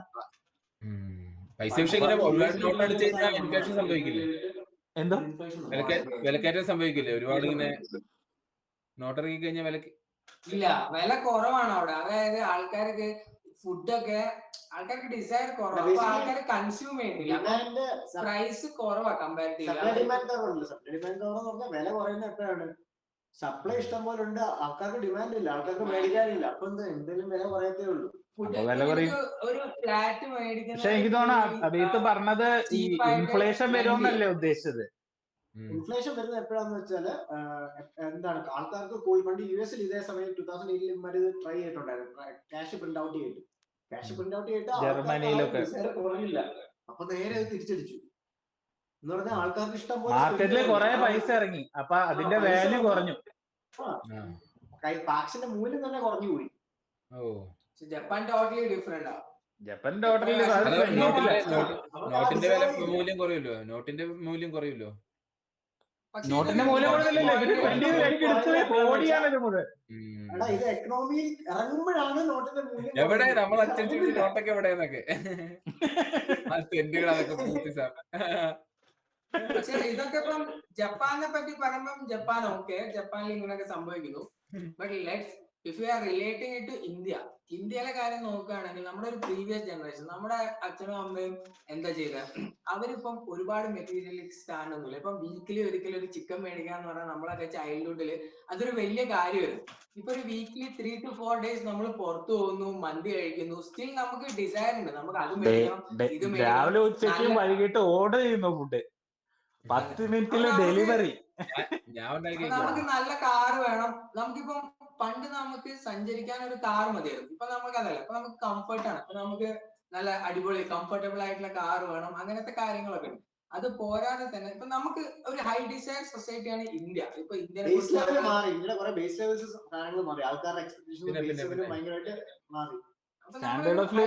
സൊസൈറ്റി ആയിട്ടാണ് ഇപ്പൊ ഇന്ത്യ പൊക്കോണ്ടിരിക്കുന്നത്. പക്ഷെ ഇന്ത്യയിലെ ഒരു ബബിൾ എന്ന് പറഞ്ഞു കഴിഞ്ഞാൽ ഇപ്പൊ നമ്മളൊരു ഫോക്കസ് ചെയ്യേണ്ട പോയിന്റ് എന്ന് പറഞ്ഞാൽ മ്യൂച്വൽ ഫണ്ട്. ഇഷ്ടംപോലെ ആൾക്കാർ മ്യൂച്വൽ ഫണ്ടിൽ ഇൻവെസ്റ്റ് ചെയ്യുന്നുണ്ട്. ഇപ്പൊ ഒരുപാട് ആൾക്കാർ മ്യൂച്വൽ ഫണ്ടിൽ ഇൻവെസ്റ്റ് ചെയ്തിട്ട് ബേസിക്കലി ഒരുപാട് പൈസ സ്റ്റോക്ക് മാർക്കറ്റിലേക്ക് വരുന്നുണ്ട്. ഇപ്പൊ മ്യൂച്വൽ ഫണ്ടിൽ ഇൻവെസ്റ്റ് ചെയ്യുമ്പോൾ മെജോറിറ്റി ഓഫ് ആൾക്കാർ അണ്ടർലൈൻ സ്റ്റോക്ക് ഏതാണ്, ഏത് കമ്പനിയിലാണ് ഇവർ ഇൻവെസ്റ്റ് ചെയ്യുന്നത്, ആ കമ്പനി പെർഫോം ചെയ്യുന്നുണ്ടോ നമ്മൾ നോക്കുന്നില്ല. ലാസ്റ്റ് 5 ഇയേഴ്സില് ഇന്ത്യൻ അല്ലെങ്കിൽ നിഫ്റ്റി ഒരുപാട് ഗ്രോ ചെയ്തു. അപ്പൊ അത് നോക്കുമ്പോൾ ഇപ്പൊ ഞാൻ എന്റെ കൂട്ടുകാരനെ സംസാരിക്കണ കൂട്ടുകാരൻ പറയും ഞാനിപ്പോ 5 വർഷം മുന്നേ 2 ലക്ഷം ഇൻവെസ്റ്റ് ചെയ്തു, അതൊരു 4 ലക്ഷമായി. അപ്പൊ ഞാൻ വിചാരിക്കണം ഓക്കെ ഒരു ഫോമോ അടിക്കണം എനിക്ക് അവിടെ. അപ്പൊ ഞാൻ ഓടിപ്പോയിട്ട് അവിടെ 2 ലക്ഷം ഇൻവെസ്റ്റ് ചെയ്യണം. അപ്പൊ അതേമാതിരി ഭയങ്കര ഒരു എക്സ്പോണൻഷ്യൽ ഗ്രോത്ത് ആണ് ഇൻവെസ്റ്റ്മെന്റിൽ ഒരു 5 ഇയേഴ്സ് മുന്നേയും ഇപ്പോഴും കൺസിഡർ ചെയ്ത് കഴിഞ്ഞാൽ ഇന്ത്യൻ എക്കണോമിയിൽ വരുന്നത്. അപ്പം ഇത് ജപ്പാനിലെ പോലെ ആവുകയാണോ നമ്മൾ ചെയ്യുന്നത്? ഇപ്പൊ നമ്മുടെ ഒരു ഏജ് ഗ്രൂപ്പ്, ഒരു മീഡിയൻ ഏജ് ഗ്രൂപ്പ് എന്ന് പറഞ്ഞു കഴിഞ്ഞാൽ യങ്സ്റ്റേഴ്സ് ആണ് ഇന്ത്യയിൽ കൂടുതൽ. അപ്പൊ നമ്മളൊരു കൺസ്യൂമർ ടൈപ്പ് ഓഫ് ഒരു ഇതായിട്ടാണ് ഇന്ത്യ ഇപ്പൊ മാറിക്കൊണ്ടിരിക്കുന്നത്. We consume a lot. എന്ത് പ്രൊഡക്റ്റ് ഇറക്കിയാലും നമ്മൾ വാങ്ങുന്നുണ്ട്, എല്ലാവർക്കും എല്ലാം വാങ്ങണം. അപ്പൊ മേ ബി ഒരു 15 അല്ലെങ്കിൽ ഒരു 20 ഇയേഴ്സ് കഴിയുമ്പോൾ അതിന്റെ സാച്ചുറേഷൻ എത്തുമ്പോൾ ആൾക്കാർ ജപ്പാനിൽ വിൽക്കുന്നുണ്ടായിരുന്നില്ല, അവർ വാങ്ങിയിട്ടോണ്ടേ ഇരിക്കാം. കാരണം they know it was growing for 20 years. അപ്പം it would kept on growing എന്നുള്ള മൈൻഡ് സെറ്റില് ബ്ലൈൻഡ്ലി ഇൻവെസ്റ്റ് ചെയ്യണം. ഒരു ബബിൾ ക്രിയേറ്റ് ആവുന്ന അങ്ങനെ തന്നെയാണ്. അപ്പൊ ഈ ബേസ്റ്റ് വന്നപ്പോഴാണ് ദേ റിയലൈസ് ഒറ്റയടിക്ക് ഇതിന്റെ മൂല്യം കുറഞ്ഞു. അപ്പൊ നമ്മൾ ഇന്ത്യ ആ ഒരു കൈൻഡ് ഓഫ് ഇതിലേക്കാണോ പോകുന്നത്? ഇപ്പൊ നമ്മള് അവരും വെൽ എഡ്യൂക്കേറ്റഡ് ആയിരുന്നു, ഇന്ത്യക്കാരും വെൽ എഡ്യൂക്കേറ്റഡ് ആണ്. പക്ഷെ നമുക്ക് അറിയില്ല എപ്പോഴാണ് ഇത് ബബിള് ബേസ്റ്റ് ആവുന്നതെന്ന് നമ്മൾ വിചാരിച്ചിട്ടില്ലല്ലോ. ഇതൊക്കെ ആ ഒരു എക്കണോമിയുടെ ഒരു സൈക്കിളുകളാണ് ബേസിക്കലി. നമ്മുടെ പോളിസി മേക്കേഴ്സ് അത് ഡിസൈഡ് ചെയ്യേണ്ട കാര്യമാണ്, പേഴ്സണലിയും ചെയ്യേണ്ട കാര്യമാണ്. പക്ഷെ ഇപ്പൊ നമുക്ക് പറയാൻ പറ്റില്ല, ഈ ഗ്രോത്ത് ഇങ്ങനെ നോക്കിയിട്ട് നമ്മള് ജപ്പാന്റെ പാറ്റേൺ അനുസരിച്ച് നമ്മൾ മാപ്പ് ചെയ്യാണ് നമ്മുടെ എക്കണോമിയുടെ പുറത്ത്. എന്നിട്ട് പറയാണ് ഇപ്പോഴത്തെ ഇന്ന ടൈമിൽ ക്രാഷ് ചെയ്യുമെന്ന് പറഞ്ഞാൽ ക്രാഷ് ചെയ്യണമെന്ന് ഒരു നിർബന്ധമില്ല. പോട്ടെ, ഇനിയിപ്പോ ദുബായ് റിയൽ എസ്റ്റേറ്റ് മാർക്കറ്റ് എടുത്തോ. അവിടെ ഇപ്പൊ കഴിഞ്ഞ ഒരു 5 വർഷമായിട്ട് എവറി 6 months പ്രൈസ് 15% ഇൻക്രീസ് ചെയ്തോണ്ടിരിക്കണം. കഴിഞ്ഞ 5 വർഷമായിട്ട് ഈ ഇങ്ങനെ ഇത് 100% ഗ്രോ ചെയ്തപ്പോ തന്നെ കുറെ ആൾക്കാർ പറഞ്ഞു, അതായത് ഇനിയിപ്പോ എന്തായാലും ഇത് ക്രാഷ് ചെയ്യും, കാരണം ഇങ്ങനെ പ്രൈസ് കൂടി പോയി കഴിഞ്ഞാൽ ആൾക്കാർ പേടിക്കില്ല. കഴിഞ്ഞ ക്വാർട്ടറിലാണ് ഏറ്റവും അധികം റിയൽ എസ്റ്റേറ്റ് പിന്നെ സെല്ലായിരിക്കുന്നത്. ഇനിയിപ്പോ ഞാൻ പ്ലാൻ ചെയ്യാണ്, ഇതിപ്പോ ഇത്ര അധികം ആയ സ്ഥിതിക്ക് എന്തായാലും അടുത്ത വർഷത്തിനുള്ളിൽ ഇത് ക്രാഷ് ആവും. നിർബന്ധമില്ല. എന്തോ ഇതൊരു ഇൻവെസ്റ്റ്മെന്റ് അഡ്വൈസ് ആണ്. ദുബായിലെ റിയൽ എസ്റ്റേറ്റിൽ ഇൻവെസ്റ്റ് ചെയ്യണം. ഇൻവെസ്റ്റ്മെന്റ് അഡ്വൈസ് അല്ല ഞാൻ പറയുന്നത്, ഞാൻ അതാ പറയുന്നത്. ഇത് ഭയങ്കര അൺപ്രഡിക്റ്റബിൾ ആണ്. അതായത് ഞാൻ കുറെ വലിയ ഇൻവെസ്റ്റേഴ്സ് ആയിട്ട് സംസാരിച്ചപ്പോ മനസ്സിലായ കാര്യം എന്താണെന്ന് വെച്ച് കഴിഞ്ഞാല് അവരുടെ അടുത്തും ഇതിനെ വേണ്ടിയിട്ടുള്ള നമ്മുടെ ഇങ്ങനെ കവടി നിരത്തി നോക്കാനുള്ള സാധനമൊന്നുമില്ല. അവരും ഡേറ്റയൊക്കെ വെച്ച് നോക്കിയിട്ടും ഇത് ചില സാധനങ്ങളൊക്കെ ഈ മിറക്കിള് പോലെ തന്നെയാണ്. ഇപ്പൊ പൊട്ടിയില്ലേ ഭാഗ്യം. അപ്പൊ ഇതിലൊക്കെ ഗാംബിൾ ചെയ്യണമെങ്കിൽ കുറെ കാശ് വേണം. ഫസ്റ്റ് പോയിന്റ് അതാണ് സംഭവം. അത് ഇന്ത്യ പോലത്തെ രാജ്യത്തിന് ആ കാശ് ഇല്ലതാണ്. ഞാൻ പറയുന്ന മിഡിൽ ക്ലാസ്സുകളുടെയും ലോവർ മിഡിൽ ക്ലാസ്സും പൂർ ആയിട്ടുള്ള ആൾക്കാർ തന്നെ. റിച്ച് ആയ ആൾക്കാരെ എന്നും ഗാംബിളും ചെയ്യും, അവര് കുറെ പൈസ ലൂസ് ചെയ്യുകയും ചെയ്യും, കുറെ ചില സമയത്ത് പൈസ വിന്നും ചെയ്യും. നമ്മുടെ കയ്യിലാണെന്ന് വെച്ചാൽ ലൂസ് ചെയ്ത് കഴിഞ്ഞു കഴിഞ്ഞാൽ പിന്നെ അത് വിൻ ചെയ്തെടുക്കാൻ ചിലപ്പോ ഒരു 5 തലമുറയൊക്കെ വേണ്ടി വരും. അതാണ് ഡിഫറൻസ്. അതായത് ഓൾറെഡി ആൾക്കാർ ഇൻവെസ്റ്റ് ചെയ്ത് പ്രോഫിറ്റ് റിയലൈസ് ചെയ്ത് കഴിയുമ്പോഴാണ് നമ്മളിലേക്ക് ആ ഇൻഫർമേഷൻ എത്തണം. അത് ലേറ്റ് ടു ദ ഗെയിം എന്ന് ഞാൻ പറയില്ല. കാരണം എന്താന്ന് വെച്ച് കഴിഞ്ഞാല് ഇപ്പൊ കേരളത്തിന്റെ ഇപ്പൊ സ്വർണ്ണ കച്ചവടക്കാരുടെ കാര്യം തന്നെ എടുത്തോ. കേരളത്തിൽ പണ്ടൊട്ടേ സ്വർണ്ണ കച്ചവടം ഉള്ളതാ. ഇപ്പൊ ജോയാലുക്കാസ് ഒക്കെ തുടങ്ങുന്നതിനൊക്കെ തൊട്ട് മുമ്പ് എന്താണ് ഭയങ്കര വലിയ ഈ ഭീമ അങ്ങനത്തെ കുറെ ടീംസ് ഒക്കെ ഇഷ്ടം പോലെ സ്വർണ്ണ കച്ചവടക്കാർ ഇഷ്ടം പോലെ അവിടെ ചെയ്യുന്നുണ്ടായിരുന്നു. അവര് അന്ന് വിചാരിക്കണം അതിന് ലേറ്റ് ടു ദ ഗെയിം, എനിക്ക് തുടങ്ങാൻ പറ്റില്ല എന്ന് വെച്ച് കഴിഞ്ഞാൽ ഇന്നത്തെ ഈ ജോയാലുക്കാസിന്റെ ഒന്നും എംപയർ ഉണ്ടാവില്ല. ഇപ്പൊ കല്യാൺ ജ്വല്ലേഴ്സ് അവര് നേരത്തെ ടെക്സ്റ്റൈലുകാരായിരുന്നു. അവര് വിചാരിക്കണോ ഭയങ്കര ഗ്രോയിങ് ആണ് കല്യാൺ ജ്വല്ലേഴ്സ്. മലബാറൊക്കെ ഇന്ത്യയിൽ തന്നെ ബിഗ്ഗസ്റ്റ് ജ്വല്ലേഴ്സ് ആണ് മലബാർ. അവരൊന്നും ഒരു 2-3 ഡെക്കേഡ് മുമ്പ് അങ്ങനെ ഒരു ആൾക്കാരേ ഇല്ല. അപ്പൊ നമ്മള് you are never late to the game. You just need to be extremely savvy, very lucky sometimes. പിന്നെ റൈറ്റ് പീപ്പിളും റൈറ്റ് ടൈമിംഗ് ഉണ്ടായി കഴിഞ്ഞു കഴിഞ്ഞാൽ ഇറ്റ്സ് പോസിബിൾ. ഒരു ജനറേഷൻ പോട്ടെ, പകുതി ജനറേഷന്റെ ഉള്ളിൽ തന്നെ, അതായത് ഒരാളുടെ ലൈഫ് ടൈമിൽ തന്നെ ഭയങ്കര വെൽത്തി പറ്റും. ബബിൾ പൊട്ടുന്നതും ക്യാഷ് ചെയ്യാമല്ലോ. അതെ, പിന്നെ അതല്ല, ഇപ്പൊ ചില ആൾക്കാരുണ്ട് ഈ പൈസ പിടിച്ചിരിക്കും വലിയ എന്താണ് ഈ മാർക്കറ്റ് ഒക്കെ ക്രാഷ് ചെയ്യുമ്പോ ആരെ ഈ സാധനമൊക്കെ മേടിക്കണമെന്ന് വിചാരിച്ച് ഇൻസ്റ്റിറ്റ്യൂഷണൽ ഇൻവെസ്റ്റേഴ്സ്, ബാങ്കുകള്, വലിയ വലിയ എന്താണ് വെൽത്ത് ഫണ്ടുകള്, അവരാണ് ഇപ്പൊ ഷിക്കാഗോയുടെ പാർക്കിങ്, ഷിക്കാഗോ മീൻസ് എന്താണ് ഷിക്കാഗോ സിറ്റിയുടെ മുനിസിപ്പാലിറ്റി എന്തോ ക്രൈസിസിൽ കൂടെ പോയിക്കൊണ്ടിരിക്കുകയായിരുന്നു. ആ സമയത്ത് അവരുടെ പാർക്കിങ്ങിനുള്ള കോൺട്രാക്ട് മൊത്തം ഒരു ദുബായ് ഇൻവെസ്റ്റ്മെന്റ് ഫണ്ടിന്റെ കമ്പനിയാണ് മേടിച്ചത്. അത് എത്ര 1 ബില്യൺ 1.5 ബില്യൺ അങ്ങാണ്ട്, അതിപ്പോ ഇപ്പൊ തന്നെ 18 ബില്യൺ അങ്ങോട്ട് ഉണ്ടാക്കി കഴിഞ്ഞാൽ. അപ്പൊ അവർക്ക് കാശ് ഉണ്ടാവില്ലായിരിക്കും. അപ്പൊ സ്മാർട്ട് ആയിട്ടുള്ള കാശ് എന്താണ് വെൽത്തി ആയിട്ടുള്ള വേറെ ആൾക്കാർ എപ്പോഴും ഉണ്ടാവും മാർക്കറ്റില്. They will come and buy. ഇപ്പൊ ചില കമ്മ്യൂണിറ്റീസിലൊക്കെ ഞാൻ കണ്ടിട്ടുണ്ട്, there are institutional investors who bought like ഒരു കമ്മ്യൂണിറ്റിയിലാകെ 300 ബില്യൺ ഉള്ളതെന്ന് വെച്ച് കഴിഞ്ഞാല് 100 ബില്യൺ 100 അപ്പാർട്ട്മെന്റ് ഒക്കെ എടുത്തു പോകുന്ന ആൾക്കാരുണ്ട്. They have that money. അവര് ചിലപ്പോ കുറച്ച് കാശൊക്കെ ലൂസ് ചെയ്യും, പക്ഷെ അടുത്ത എന്താണ് ഭൂമിയിൽ അവർ ആ കാശ് തിരിച്ചു പിടിക്കും. അതാണ് ബേസിക്കലി ഇൻവെസ്റ്റ്മെന്റ്. പിന്നെ ഇതിന് നമുക്ക് പെർസ്പെക്റ്റീവ് ആണ് വേണ്ടത്. അതായത് നമ്മൾ എടുക്കേണ്ടത് as Indians. Low desire economy ഇതൊരു ഫെയിലിയർ ആണോ ന്യൂ വേ ഓഫ് ലിവിംഗ് ആണ്? എന്ന് പറഞ്ഞാൽ ആൾക്കാർ കംപ്ലേസന്റ് ആയിട്ട് ഒരു സെൻ മോഡൽ ലിവിംഗിലേക്കാണോ ഇതെന്താന്നുള്ള ഒരു ചോദ്യമാണല്ലോ. ബേസിക്കലി ഇത് പ്രിഫറൻസ് ആണ്. അവനവന്റെ കംഫർട്ട് നോക്കി പോവാ. നമ്മൾ ട്രെൻഡ് നോക്കാതെ ജീവിക്കണേലാണ് കാര്യം. എല്ലാരും കുറെ റിയൽ എസ്റ്റേറ്റ് മേടിക്കുന്നു, അല്ലെങ്കിൽ എല്ലാരും മ്യൂച്വൽ ഫണ്ടിൽ ഇൻവെസ്റ്റ് ചെയ്യരുത്. നിങ്ങൾക്ക് തോന്നണം, can you handle that risk? Mutual ഫണ്ടിലും റിസ്ക് ഉണ്ട്. Can you handle that risk or do you want to take up this risk എന്നാണ് വിചാരിക്കേണ്ടത്. ഇപ്പൊ എക്കണോമിസ്റ്റുകൾക്കും പൊളിറ്റീഷ്യൻസിനൊക്കെ ഇത് എന്താണ്, നിങ്ങൾ എപ്പോഴും കാശ് സ്പെൻഡ് ചെയ്യണം തന്നെ ആഗ്രഹം. എന്നാലാണ് ഞങ്ങളുടെ എക്കോണമി ഇത്ര വളർന്നു, അല്ലെങ്കിൽ ഞങ്ങളുടെ പാർട്ടി ഭരണത്തിലുള്ള സമയത്ത് ഇത്ര കാശുണ്ടാക്കി, ഇത്ര ഫോറിൻ ഇൻവെസ്റ്റ്മെന്റ് ഉണ്ടായിരുന്നു, ഇത്ര ലോക്കൽ ഇൻവെസ്റ്റ്മെന്റ് ഉണ്ടായിരുന്നു എന്നൊക്കെ ആൾക്കാർക്ക് പറയാനും കാണിക്കാനൊക്കെ അവർക്ക് ഇമ്പോർട്ടൻസ് തന്നെ എന്നുള്ളത്. പക്ഷെ ജീവിതം ജീവിക്കേണ്ടത് ഓരോ ഇൻഡിവിജ്വൽ ആണ്. സോ അതിനെക്കുറിച്ച് നമ്മൾ ബാക്കിയുള്ളവരുടെ ഈ ജപ്പാന്റെയും ബാക്കിയുള്ള വേൾഡിന്റെ ഒക്കെ ഇത് കണ്ട് മനസ്സിലാക്കിയിട്ട് റിസ്ക് അവെയർ ആയിട്ട് ഇൻവെസ്റ്റ് ചെയ്യുക, മുന്നോട്ട് പോവുക. അതാണ് ബേസിക്കലി ഇതിൽ ചെയ്യാനുള്ളത്. പിന്നെ ഈ ജപ്പാനെ കുറിച്ച് ഇപ്പൊ ഇവിടുത്തെ ഒരു ലോ ഡിസയർ സൊസൈറ്റിനെ പറ്റി അറിഞ്ഞപ്പോ ഐ വാസ് വെരി സർപ്രൈസ്. ഇപ്പൊ ഞാൻ എക്സ്പെക്ട് ചെയ്ത ജപ്പാൻ ഇപ്പൊ അവിടെ നടക്കുന്നത്. അപ്പം നമ്മള് കാണുന്നല്ല, പുറത്ത് കാണുന്നല്ലോ വാട്ട് ഈസ് ഹാപ്പനിങ്. അപ്പം എന്താണ് ഇപ്പം ഈ ജപ്പാനിലെ ലോ ഡിസയർ സൊസൈറ്റി എന്നുള്ളതിന് ഇപ്പൊ നമുക്ക് എടുക്കാനുള്ള ഒരു ലെസൺ, മേ ബി ഇന്ത്യയിലേക്ക് റിലേറ്റ് ചെയ്തിട്ടാണെങ്കിലും വാട്ട് ഡസ് ഇറ്റ് ടീച്ചേഴ്സ്?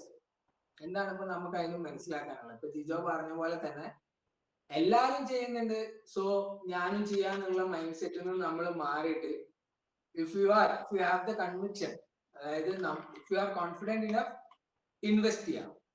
അല്ലെങ്കിൽ എല്ലാരും ചെയ്യുന്നോണ്ട്, ഇപ്പം ഒരു കോവിഡ് സമയമൊക്കെ വന്നോണ്ട് എല്ലാരും സെല്ല് ചെയ്തു, നമ്മളും അപ്പം സെല്ല് ചെയ്യാതെ അപ്പം ബൈ ചെയ്ത ആൾക്കാരാണ് കൂടുതൽ പ്രോഫിറ്റ് ഉണ്ടാക്കിയത്.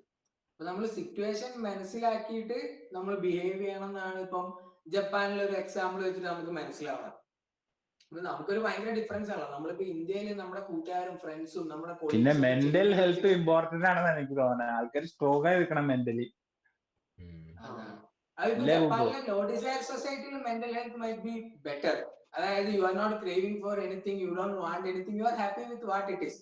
അങ്ങനെ നോക്കുമ്പോൾ അവര് സാറ്റിസ്ഫൈഡ് ആയിട്ടുള്ളവര്. പക്ഷെ വേറൊരു ഗ്രൂപ്പ് യൂത്തും ഉണ്ട്. ഈ വിവാഹമില്ല, പ്രണയം, ജിജോ പ്രേമമില്ല, ലവ് എന്ന് പറഞ്ഞ കൺസെപ്റ്റ് ഇല്ല. അതൊക്കെ നമുക്ക് അവര് അതാ പറഞ്ഞത്, 2 ഗ്രൂപ്പ് ഉണ്ട് അതിനകത്തും. ഒരു ട്രെൻഡ് നോക്കി പോകുന്നവരും ഉണ്ട്. അതായത് ഞാൻ ലോ ഡിസയർ എക്കണോമിയിലാണ്, ഞാൻ ഇതാണ് ട്രെൻഡ് എന്ന് വിചാരിച്ച് ജീവിക്കുന്ന ആൾക്കാരും ഉണ്ട്.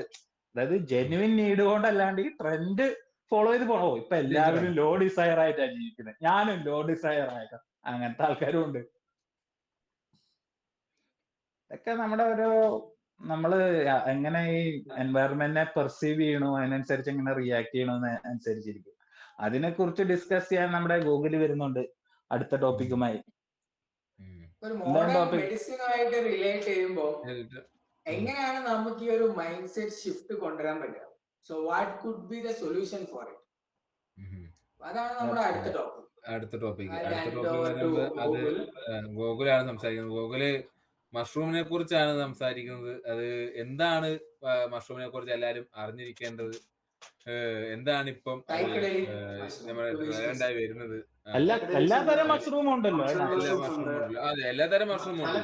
അതുപോലെ മഷ്റൂം എന്ന് പറഞ്ഞത് ഇപ്പം നമ്മള് സംസാരിക്കുന്നുണ്ടെങ്കിലും നമുക്ക് മുമ്പേ ഉള്ളതാണ്. അതെ, നമ്മള് ഭക്ഷണമൊക്കെ കഴിക്കുമ്പോ നമ്മള് നമ്മുടെ നാട്ടിലെ ഉടുപ്പി ഹോട്ടലുണ്ട്, അവിടെ പോയി കഴിഞ്ഞാൽ വെജ് കറി പറയുമ്പോ ഓപ്ഷനായിട്ട് വരുന്ന പനീർ, പിന്നെ മഷ്റൂം. ഇതാണ്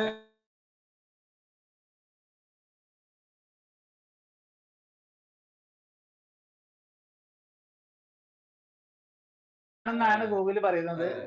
പല ടൈപ്പ്, പല ഇഫക്ട്സ് ഉള്ള, പല ഹെൽത്ത് ബെനിഫിറ്റ്സ് ഉള്ള, എല്ലാരും എന്താണ്, കുറെ ആൾക്കാര് ബുക്കുകൾ എഴുതിയ വരെ ടോപ്പിക് ആണ് ഇത്. ഒരു കിങ്ഡം ആണല്ലോ. അതെ അതെ,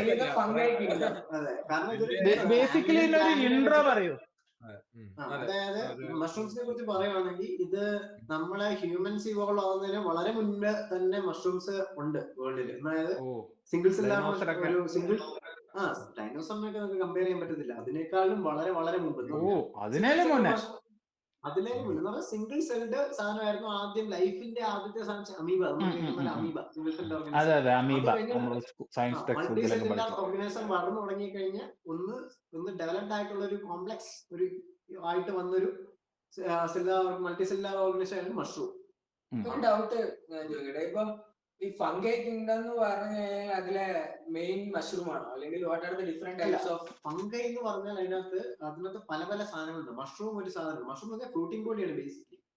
അതിന്റെ പ്ലാൻ ബോഡി, നല്ല ബോഡി എന്ന് പറഞ്ഞാൽ മൈസീലിയം ആണ്. മൈസീലിയം എന്ന് പറഞ്ഞാൽ വലിയൊരു നെറ്റ്വർക്ക് ആണ്. അതിന്റെ ഫ്രൂട്ടിംഗ് ബോഡിയാണ്. അത് കൺസ്യൂം ചെയ്ത് അത് റൈപ്പ് ആയിട്ട് ഒരു ഫ്രൂട്ടിംഗ് ബോഡി. അത് എങ്ങനെയാണ് വെളിയിൽ വരുന്ന ഒരു സാധനം മാത്രമാണ്. അത് മാത്രമാണ് നമ്മൾ കാണുന്നത് ഈ മഷ്റൂം ആയിട്ട്.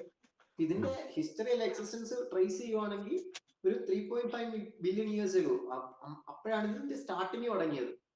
അത് കഴിഞ്ഞെന്ന് പറഞ്ഞാൽ ഇത് നമ്മുടെ ഹ്യൂമൻ അല്ല, ഒരു ബാക്കിയുള്ള ലൈഫിനെ ഇത് വളരാൻ വേണ്ടി വളരെ രീതിയിൽ ഹെൽപ്പ് ചെയ്തിട്ടുണ്ട്. കാരണം ബേസിക്കലി ലൈഫ് ഉണ്ടാകാൻ തന്നെ നമുക്ക് സോയിൽ വേണം. അപ്പൊ സോയിലിന്റെ ഫോർമേഷൻ തന്നെ കുറെ ടൈപ്പ് ഓഫ് ഫംഗൈ എന്ന് പറഞ്ഞാൽ അതിനകത്ത് ലൈക്കൻസ് എന്ന് പറഞ്ഞ സാധനമുണ്ട്, മോസസ് ഉണ്ട്. ലൈക്കൻസ് എന്ന് പറഞ്ഞാൽ നമ്മളിങ്ങനെ പൂപ്പൽ പോലെ കാണത്തില്ല, പച്ച കളറുള്ള കാർപ്പറ്റ് പോലെ കിടക്കുന്നത്, മരത്തിലൊക്കെ പിടിച്ചിരിക്കുന്ന സാധനമുണ്ട്, കല്ലിൽ പിടിച്ചിരിക്കുന്ന കുറെ ടൈപ്പ് സാധനങ്ങളുണ്ട്. അതൊക്കെ ഇതിന്റെ ബന്ധുക്കാരാണ്. അത് വേറെ സാധനമാണ്. കളർഫുൾ സാധനങ്ങളൊക്കെ ഉണ്ട്. കല്ലിലൊക്കെ ഇങ്ങനെ നമ്മൾ കണ്ടിട്ടില്ലേ? കണ്ടിട്ടുണ്ട്. കാർപ്പറ്റ് പോലെ ഇരിക്കുന്നല്ല, ഒരു ഇങ്ങനെ ഒരു പാറ്റേൺ പോലെയൊക്കെ ഉണ്ടാവണ ഫംഗസോ ബ്രെഡിലുണ്ടാവുന്ന ഫംഗസ്. അത് ഹിസ്റ്ററി ട്രേസ് ചെയ്യുവാണെങ്കിൽ ഹ്യൂമൻസും ഫംഗയുമായിട്ട് ഭയങ്കരമായിട്ട് എന്ന് പറഞ്ഞാൽ പ്ലാന്റിനേക്കാളും ഫംഗൈ ഹ്യൂമൻസുമായിട്ടാണ് റിലേറ്റഡ് ആകുന്നത്. ആൻസിസ്ട്രൽ ഇത് നോക്കുവാണെങ്കിൽ, എവല്യൂഷണറി പെർസ്പെക്റ്റീവ് നോക്കുകയാണെങ്കിൽ ഫംഗൈ കൂടുതൽ. അതുകൊണ്ട് തന്നെയാണ് ഇപ്പൊ നമുക്കറിയാം കുറെ ഏറ്റവും ബാക്ടീരിയ അല്ലെങ്കിൽ ബാക്കിയുള്ള ഡിസീസുമായിട്ട് ഏറ്റവും എഫക്റ്റീവ് ഫംഗലാണ്. ആദ്യത്തെ പെൻസിലിയം, ആദ്യത്തെ ആന്റിബയോട്ടിക്സ് പെൻസിലിയം, അതൊരു ഫംഗയാണ്. അതേ സെയിം സമയം ഫംഗൽ ഇൻഫെക്ഷനായിട്ട് നമുക്ക് പ്രയാസമാണ് ഇത് ചെയ്യാൻ. മൈസീലിയം എന്ന് പറഞ്ഞാൽ ഇതിന്റെ നെറ്റ്വർക്ക് ആണ്. ആ മൈസീലിയത്തിന്റെ ഫ്രൂട്ടിംഗ് ബോഡിയാണ് ഫംഗൈ. മൈസീലിയം എന്ന് പറഞ്ഞാൽ ഇപ്പം നമ്മളൊരു മൈസീലിയം പറഞ്ഞാൽ നമ്മള് ഒരു വെളുത്ത ഇങ്ങനെ കുറെ റൂട്ട് സ്ട്രക്ചേഴ്സ് കാണത്തില്ലേ? ഈ ഇലയുടെ മണ്ടയ്ക്കൊക്കെ ഇങ്ങനെ റൂട്ട് സ്ട്രക്ചേഴ്സ്, ബ്രെഡിന്റെ മുകളിൽ വരുന്നതൊക്കെ അത് മോൾഡ് എന്ന് പറയും. അതും ഇതിന്റെ കഴിവ് പൂപ്പല ഫംഗയാണ് മോൾഡ്. അപ്പം ഇതെന്ന് പറഞ്ഞാൽ ഒരു ഫോറസ്റ്റിൽ പോവുക, അല്ലെങ്കിൽ കരിഞ്ഞ ഒരു ഇല ആണ്. കരിഞ്ഞ ഇല കുറെ നാൾ കഴിയുമ്പോഴത്തേക്ക് അതിന്റെ മണ്ടയ്ക്കൂടി ഇങ്ങനെ വെള്ള സാധനം ചെറിയ റൂട്ട്സ് പോലെ, വരകള് പോലെയാണ്, സ്പൈഡർ വെബ് പോലെ കുറെ സാധനങ്ങൾ ക്ലോസ് ആയിട്ടിരിക്കുന്നത്. അതാണ് മൈസീലിയം. ഗ്യാപ്പുള്ള പപ്പടം പൊരിച്ച അതിന്റെ ഒരു മൈസീലിയനാണല്ലോ എർത്തിന്റെ നാച്ചുറൽ ഇന്റർനെറ്റ് എന്ന് പറയുന്നത്. ഞാൻ കേട്ടിട്ടുണ്ട് അത്. ഞാൻ ഇതിപ്പോ നമ്മളൊരു ഫോറസ്റ്റിൽ ഒരു ഫുഡ് സ്റ്റെപ്പ് വെക്കുവാണെങ്കിൽ തന്നെ അതിനകത്ത് പറയപ്പെടുന്നതെന്ന് വെച്ചാൽ ഒരു മില്യൺസ് ഓഫ് മൈസീലിയം നെറ്റ്വർക്കിൽ നീ ചവിട്ടിക്കൊണ്ടിരിക്കുകയാണ്. അതിന്റെ അടിയിൽ മില്യൺസ് ഓഫ് നെറ്റ്വർക്ക് ഉണ്ടെന്ന്. കാരണം ഇതൊരു എന്താണ്, എല്ലാ ഇൻഫർമേഷൻസ് കമ്മ്യൂണിക്കേറ്റ് ചെയ്യുന്നുണ്ട്. ഇതെന്ന് പറഞ്ഞാൽ ഒരു വേൾഡ് വൈഡ് വെബ് പോലെയാണ്. പക്ഷെ വേൾഡ് വൈഡ് വെബിനെക്കാളും ഫാർ അഡ്വാൻസ്ഡ്. അമ്മാതിരി ടൈപ്പ് ഓഫ് നെറ്റ്വർക്ക്സ് സോയിലിന്റെ അടിയിൽ ഉണ്ട്, മൈസീലിയം നെറ്റ്വർക്ക്സ്. ഈ മൈസീലിയം നെറ്റ്വർക്ക്സിന് ഇന്റർനെറ്റ് എന്ന് പറയാൻ കാരണം എന്ന് പറഞ്ഞാൽ ഇത് കണക്റ്റഡ് ആണ്. ഇത് അങ്ങോട്ടും ഇങ്ങോട്ടും ഇൻഫർമേഷൻസ് ഷെയർ ചെയ്യും. എന്ന് പറഞ്ഞാൽ ഒരു പർട്ടിക്കുലർ പ്ലാന്റിൽ എന്തെങ്കിലും ഒരു ഇൻഫെക്റ്റഡ് ആയെന്ന് വെച്ചു, ആ ഒരു ഇൻഫർമേഷൻ ഇത് ബാക്കിയുള്ള പ്ലാന്റിൽ ഷെയർ ചെയ്യുക, ആ ഒരു ഇൻഫർമേഷൻ പാസ് ചെയ്യുകയും ബാക്കിയുള്ള പ്ലാന്റ്സ് അതുമായിട്ട് പ്രിപ്പയർഡ് ആയിട്ട് അത് രീതിയിലുള്ള ഇമ്മ്യൂൺ സിസ്റ്റം അത് ഇത് പ്രിപ്പയർഡ്നെസ് വരും. ഡേവിഡ് അറ്റൻബറോന്റെ ഒരു പ്ലാനറ്റ് എർത്തിന്റെ ഒരു വീഡിയോയില് അതുപോലെ തന്നെ അത് ഞാനും കാണും. ഇങ്ങനെ ഇത് വലുതായി വരുന്നൊക്കെ അല്ലേ നമ്മൾ ഒരുമിച്ചാണ് കണ്ടത് എന്റെ ലാപ്പില്. ചുമ്മാ ഇങ്ങനെ സ്പ്രെഡ് ആവില്ല. ഹൈലി ഇന്റലിജന്റ് ആണ് നെറ്റ്വർക്ക് ഡിസൈൻ ചെയ്തേക്കുന്നത്. അതുകൊണ്ടാണ് ഇത് നെറ്റ്വർക്ക് ഈ ഇന്റർനെറ്റ് ആണെന്ന്. ഇത് ന്യൂട്രീഷണൽ സാധനങ്ങൾ പാസ് ചെയ്യും. ഓരോരോ സാധനത്തിന് അങ്ങോട്ടും ഇങ്ങോട്ടും വേണ്ട ആവശ്യമുള്ള സാധനങ്ങൾ ന്യൂട്രീഷൻ സാധനങ്ങൾ പാസ് ചെയ്യും. പിന്നെ പണ്ട് കാലത്ത് റോക്സ് ബ്രേക്ക് ഡൗൺ ചെയ്ത് സോയിലായിട്ട് ഇത് ചെയ്യുമായിരുന്നു. ഒരു type of mushrooms rocks break down ചെയ്യാനുള്ള കഴിവുണ്ട്. അപ്പൊ മഷ്റൂം ആണോ? മഷ്റൂം എന്ന് പറഞ്ഞാൽ അതിന്റെ പുറത്ത് കാണുന്ന സാധനം. മൈസീലിയാണോ മഷ്റൂം? പിന്നെ ഞാൻ ഒരു ചോദ്യം ചോദിച്ചോട്ടെ. അതായത് നമ്മള് ഈ തിന്നുന്ന മഷ്റൂം അല്ലാതെ കുറെ ഹെൽത്ത് ബെനിഫിറ്റ്സ് ഉള്ള കുറെ മഷ്റൂം ഉണ്ട്. പിന്നെ വേറെന്താ സൈക്കഡലിക് ആയിട്ടുള്ള മഷ്റൂം ഉണ്ട് എന്നൊക്കെ ഉണ്ട്. അതിനെ കുറിച്ച് അതായത് പറഞ്ഞു തരുന്നത് നമുക്കിപ്പോ അറിയാവുന്ന മഷ്റൂംസ് ഇപ്പൊ നമ്മുടെ പണ്ടത്തെ സാധനങ്ങൾ നമ്മളെ പേടിപ്പിച്ച് വെച്ചേക്കുക. വീട്ടുകാരൻ ഒക്കെ ഇത് വിഷക്കൂടാണ് നമുക്കറിയാം. അത് കാരണം നമുക്ക് പേടിയായി ഇതിനെ കുറിച്ച്. അപ്പം ഇതിനെ കുറിച്ച് കുറെ നോക്കുമ്പോൾ നമുക്ക് മനസ്സിലാവും ഇതൊരുമാതിരി പല ഇത് നമുക്ക് തരാം. മനുഷ്യരിലെ ഹ്യൂമൻ സൊസൈറ്റി എന്ന് പറഞ്ഞ സാധനത്തില് ഇതിന് കുറെ കോൺട്രിബ്യൂഷൻസ് ഉണ്ട്. അപ്പം ഒരു എക്സാമ്പിൾ സാധാരണ നമ്മൾ എഡിബിൾ മഷ്റൂംസ് നമ്മളിപ്പോ കണ്ടുവരുന്നത് കടയിലൊക്കെ കണ്ടുവരുന്ന ബട്ടൺ ഒരു വെള്ള കളറില്ലേ നമ്മള് പിസയുടെ ഒക്കെ ഞാൻ പറയുകയാണെങ്കിൽ എന്റെ കരിയറിൽ എന്റെ ജീവിതത്തിൽ ചൈൽഡ്ഹുഡിലൊന്നും മഷ്റൂം പ്രിപ്പയർ ചെയ്തിട്ടേ ഇല്ല. ഇവിടെ ബാംഗ്ലൂർ വന്നതിന് ശേഷം കുക്കിംഗ് ഒരു ടഫ് ടാസ്ക്, നമ്മൾ സ്വയം കുക്ക് ചെയ്യണം എന്നുള്ള ഒരു സിറ്റുവേഷൻ വന്നപ്പോ ഫീസിബിലിറ്റിക്ക് വേണ്ടിയാണ് ബട്ടർ മഷ്റൂം കടയിൽ വാങ്ങി ആദ്യമായിട്ട് പ്രിപ്പയർ ചെയ്യുന്നത്. അതിന്റെ മുന്നേ ഇങ്ങനെ മഷ്റൂം കഴിക്കുന്ന ഒരു സെറ്റപ്പിലേക്ക് കാരണം നമ്മുടെ പറമ്പിലും അവിടെ ഇവിടെ ഒരുപാട് ഡിഫറെന്റ് വെറൈറ്റീസ് ഓഫ് മഷ്റൂം നമുക്ക് കാണാമല്ലോ. ഇതിൽ ഏതാണ് നല്ലത്, ഏതാണ് പോയിസണസ്, പല കളറുള്ളതൊക്കെ. എന്റെ വീട്ടില് മഷ്റൂം ഉണ്ടാക്കുമായിരുന്നു കേട്ടോ. വീട്ടിലൊക്കെ എനിക്ക് ചോദിക്കാൻ ടൈപ്പ് ഓഫ് മഷ്റൂം ഉണ്ട്. ഇപ്പൊ നമ്മുടെ പറമ്പിലൊക്കെ നമ്മൾ വീട്ടിലൊക്കെ കാണുന്ന ഒരുപാട് ടൈപ്പ് മഷ്റൂംസിന്റെ ടൈപ്സിനെ കുറിച്ച് പറയുകയാണെങ്കിൽ over 3 million types of mushrooms ഉണ്ട്. 50 to 100 കിണ്ടോണ്ട്. ഇതിനകത്ത് 50 to 60% മാത്രമേ ഐഡന്റിഫൈ ചെയ്തിട്ടുള്ളൂ. ഐഡന്റിഫൈ ചെയ്തോളൂ. അല്ല, കുറച്ച് വെൽ നോൺ മഷ്റൂം പേരുകള് കഴിക്കുന്ന അല്ലാത്ത. അതായത് ഞാന് ഈ ഇൻസ്റ്റാഗ്രാമിൽ സ്ഥിരം ഒരു ലയൺസ് മേൻ മഷ്റൂമിന്റെ പൊടി ഇങ്ങനെ ഇത് കഴിച്ചാൽ നിങ്ങളുടെ ബുദ്ധി അങ്ങ് വളർന്ന് പോകുന്ന എന്താ സംഭവം? ഒരു കാറ്റഗറി ഉണ്ട് ഫങ്ഷണൽ മഷ്റൂംസ് എന്ന് പറഞ്ഞാൽ അഡാപ്റ്റോയിക് മഷ്റൂംസ് എന്ന് പറഞ്ഞാൽ. ഫങ്ഷണൽ മഷ്റൂംസിന്റെ എന്ന് പറഞ്ഞാൽ ഹെൽത്ത് ബെനിഫിറ്റ്സ് കുറെ രീതിയിലുള്ള ഹെൽത്ത് ബെനിഫിറ്റ്സ് ഉണ്ട്. അപ്പൊ അതിനകത്ത് വരുന്ന ഒരു ടൈപ്പ് ഓഫ് മഷ്റൂംസ് ആണ് ലയൺസ് മെയിൻ മഷ്റൂംസ് എന്ന് പറയുന്നത്. അപ്പൊ ലയൺസ് മെയിൻ മഷ്റൂംസിന് നീ എടുക്കുവാണെങ്കിൽ എങ്ങനെ ഏത് രീതിയിൽ അതിന്റെ ഹെൽത്ത് ബെനിഫിറ്റ് എടുക്കുമെന്ന് വെച്ചാൽ ലയൺസ് മെയിനകത്ത് ഒരു കോമ്പൗണ്ട് ഉണ്ട്. ആ കോമ്പൗണ്ട് ന്യൂറോ ഗ്രോത്ത് ഫാക്ടർ എന്ന് പറഞ്ഞാൽ ഡാമേജ് ആയ നെർവ്സും അതിനെ ഇത് എൻഹാൻസ് ചെയ്തിട്ട് അതിനെ വളർത്തും എന്ന് പറഞ്ഞാൽ ശരിക്കുള്ളതാണ് ലയൺസ് മെയിൻ മഷ്റൂംസ്. ഇത് എവിഡൻസ് ബേസ്ഡ് ആണോ? ഇത് നേരത്തെ ഇത് കോഗ്നിഷൻ എന്ന് പറഞ്ഞാൽ ability to think, ability to digest information, അത് പ്രോസസ് ചെയ്ത് എങ്ങനെ നമുക്ക് റിയാലിറ്റിയിലേക്ക് ശരിയാക്കാന്നുള്ള ആ സാധനം.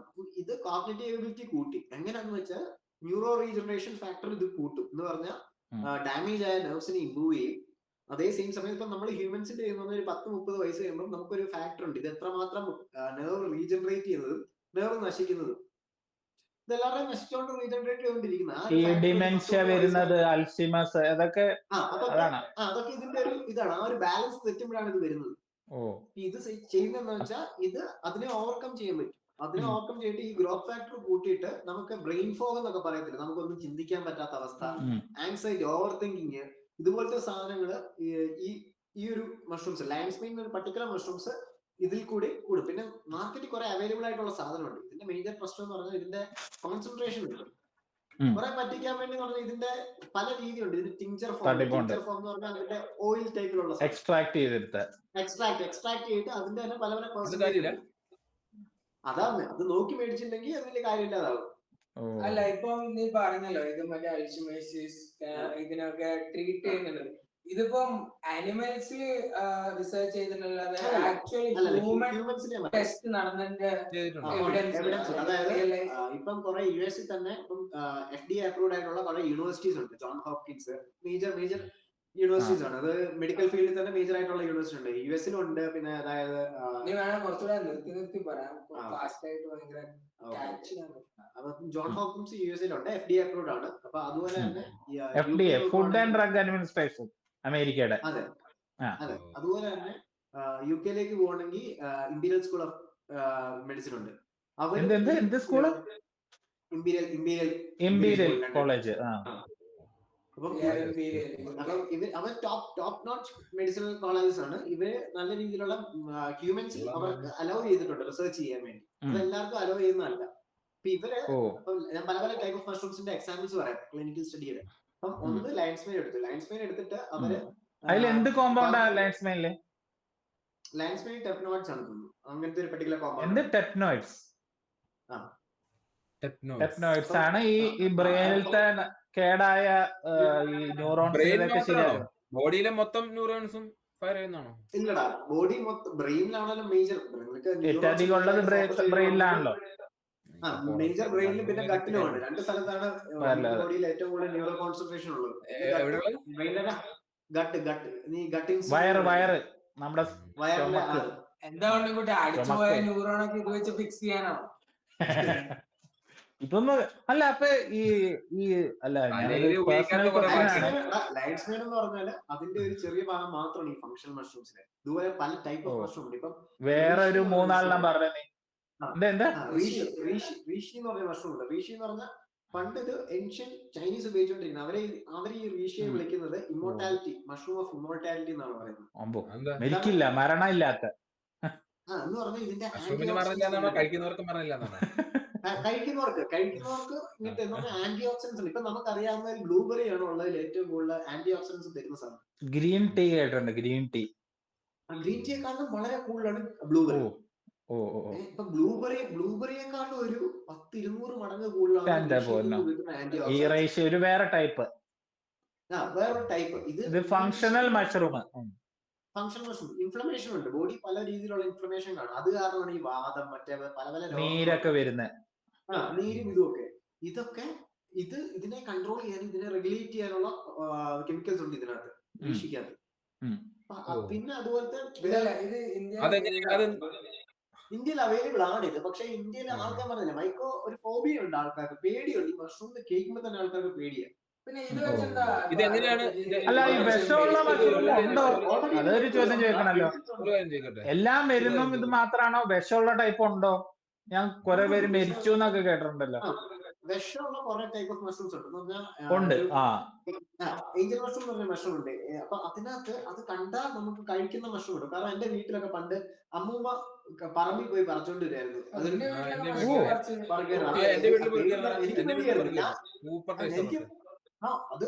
എന്റെ വീട്ടിൽ പറിക്കാറില്ല.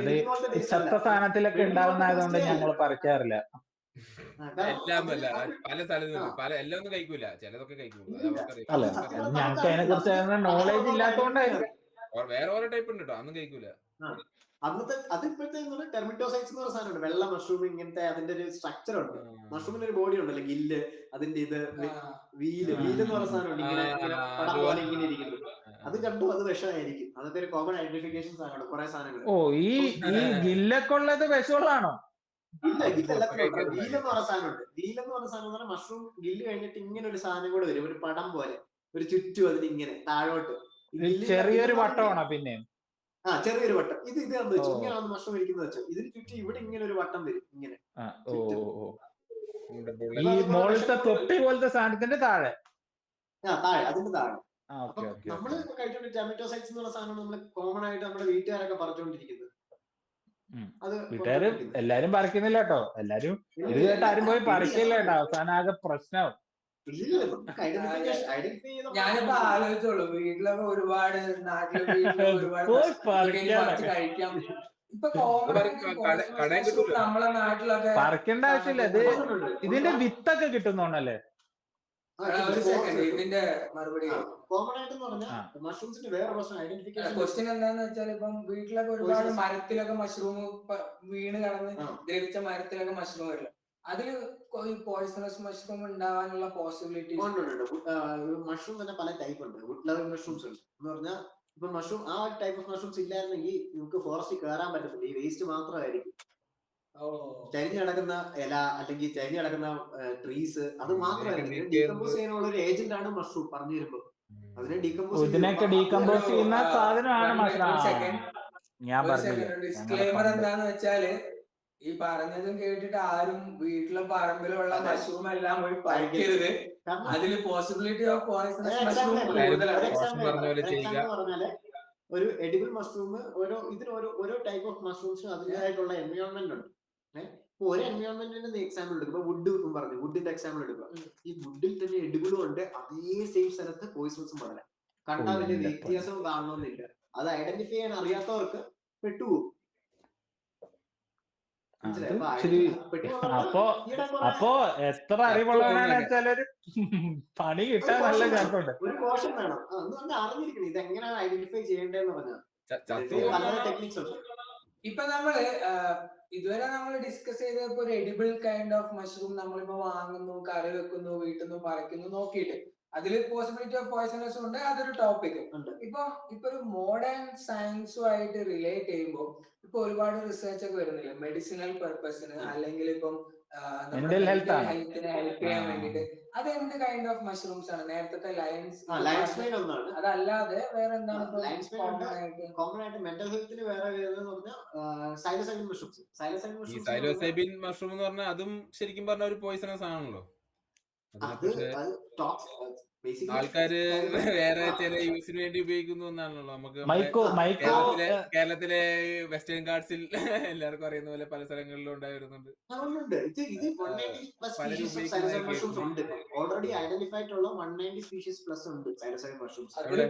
സൈലോസൈബിൻ എന്ന് പറഞ്ഞാൽ ഒരു കോമ്പൗണ്ട് അല്ലേ ഇതിനകത്തുള്ള?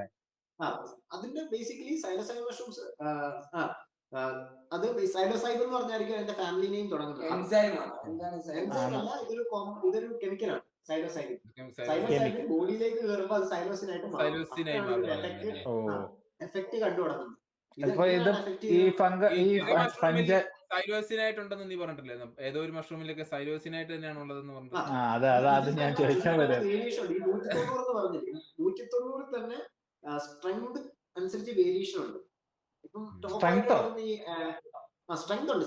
സൈലോസൈബിന്റെ കണ്ടന്റ് ഒരെണ്ണത്തിനകത്ത് എത്ര ഉണ്ടെന്ന് 190 ഇന്ത്യയിൽ കുറെ ഉണ്ടായി. കാരണം ഇത് ഒരു സ്ഥലത്തായിട്ട് കണ്ടുവരുന്ന ഇത് മൈഗ്രേഷൻ സാധനങ്ങളുണ്ട്. പണ്ട് എന്ന് പറഞ്ഞാൽ എക്സാമ്പിൾ എടുക്കുകയാണെങ്കിൽ ഇപ്പം ഇതിന്റെ പണ്ട് ഹിസ്റ്ററി ട്രേസ് ചെയ്യുവാണെങ്കിൽ US-ലൊക്കെ കുറെ ടൈപ്പ് ഓഫ് ഇത് വന്നതെന്ന് പറഞ്ഞാൽ കാറ്റിലിന്റെ മൂവ്മെന്റ് കാരണം കുറെ സാധനങ്ങൾ വന്നു. ഈ കാറ്റിൽ മൂവ്മെന്റ് ചെയ്ത് അതുപോലെ തന്നെ ഡംഗ്ലവ് മഷ്റൂംസ് അവിടെ വന്നു തുടങ്ങി. പിന്നെ കുറെ കാറ്റിൽ മൂവ്മെന്റ് ആണ്. അത് മനസ്സിലായി. എന്തോ വേറെ പറഞ്ഞെന്താ? ഡംഗ്ലവ് മഷ്റൂംസും ഉണ്ട്. ഡംഗ് ലവിംഗ് എന്ന് പറഞ്ഞാൽ ഡങ് ലവിംഗ് അങ്ങനെ ചാണകങ്ങൾ തപ്പി ഒരുപാട് യാത്രകൾ ചെയ്തതായി. നമ്മള് 1 by 1 ആയിട്ട് ക്വസ്റ്റ്യൻ ചോദിക്കാം. നമ്മൾ ഒരുപാട് ക്വസ്റ്റ്യൻ ചോദിച്ച് ഗൂഗിളിനെ ബമ്പാടി ചെയ്യുന്നതിനാണ് എനിക്ക് തോന്നുന്നത്. എല്ലാ ഉത്തരം അറിയില്ലേ? ഇവനിതിനെ കുറിച്ച് അറിയുന്നോണ്ടാണ് ചോദ്യം ചെയ്യുന്നത്. ഇവിടെ UK-ല് മഷ്റൂം നടത്തിയതാ. എന്ന് പറഞ്ഞാൽ മഷ്റൂമിന്റെ പല പല ടൈപ്പ് ഉണ്ട്. എന്ന് പറഞ്ഞാൽ ഈ സൈലസിന്റെ എടുക്കുവാണെങ്കിൽ തന്നെ ഡങ് ലവിംഗ് ഉണ്ട്, ട്രീ ലവിംഗ് ഉണ്ട്, വുഡ് ലവിംഗ് മഷ്റൂംസ് ഉണ്ട്. അതുപോലെ തന്നെ വേറെ എന്ന് പറഞ്ഞാൽ ഗ്രാസ് ലാൻഡ്സിൽ കാണുന്ന മഷ്റൂംസ് ഉണ്ട്. എന്ന് പറഞ്ഞാൽ ഓരോ ഏരിയ, ഓരോ ടൈപ്പ് ഓഫ് ഏരിയ. ഇതിന്റെ കൂടെ തന്നെ പോയിസണസ് മഷ്റൂംസും വരാം. പക്ഷെ ഇതിന് കുറെ ഐഡന്റിഫിക്കേഷൻ ടെക്നിക്സ് ഉണ്ട്. പക്ഷെ ഇതെങ്ങനെയാണ് മെന്റൽ ഹെൽത്തിനെ ശരിയാക്കുന്നത്? അതാണ് നമ്മുടെ ഇതെങ്ങനെ മെന്റൽ ഹെൽത്ത് പറഞ്ഞാൽ ഇതിനകത്ത് സൈലസൈഡിന്റെ കാര്യമുണ്ട്. സൈലസൈഡിന്റെ ഒരു സ്ട്രക്ചർ ഉണ്ട്. അത് മിമിക് ചെയ്യുന്നത് പറഞ്ഞാൽ സെറട്ടോണിൻ ഹാപ്പിനെസ് ഹോർമോൺ. നമ്മുടെ എല്ലാ ഹ്യൂമൻ ബോഡിയിലും കാണുന്ന ഹാപ്പിനെസ് ഹോർമോൺ. അത് എൻഡോർഫിൻ അല്ലേ? അത് സ്നേഹത്തിന്റെ ആണല്ലേ? അല്ല, സെറട്ടോണിൻ ഉണ്ട്. സെറട്ടോണിൻ ഇല്ലെങ്കിൽ ലവ് ഹോർമോൺ പറഞ്ഞാൽ ഓക്സിറ്റോസിൻ.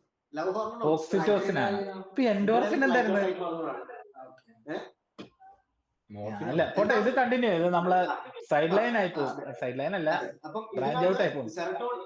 സെറട്ടോണിൻ ഒരു പർട്ടിക്കുലർ റിസപ്റ്ററിനെ ബൈൻഡ് ചെയ്യും. അതായത് 5-HT2CA ആ ഒരു റിസപ്റ്റർ സെറട്ടോണിൻ ബൈൻഡ് ചെയ്യുന്ന ഒരു പർട്ടിക്കുലർ റിസപ്റ്റർ ആണ്. റിസപ്റ്റർ എന്ന് പറഞ്ഞാൽ ഇത് ഒരുമാതിരി ഒരു ഷേപ്പ് പോലത്തെ സാധനമാണ് റിസപ്റ്റേഴ്സ്. നമ്മുടെ ന്യൂറോണിന്റെ ഒരു പർട്ടിക്കുലർ ഷേപ്പ് ആണ് റിസപ്റ്റേഴ്സ് വരുന്നത്. അപ്പൊ ഈ ഓരോ റിസപ്റ്റേഴ്സും ഇപ്പൊ എല്ലാ കെമിക്കലും അതിനകത്ത് കയറി വരാൻ പറ്റത്തില്ല. അവിടുന്ന് ഇപ്പം ആ ഒരു റിസപ്റ്ററിൽ നിനക്ക് ഡോപ്പമിൻ കയറ്റി വെക്കാൻ പറ്റത്തില്ല, അതിനകത്ത് കയറത്തില്ല.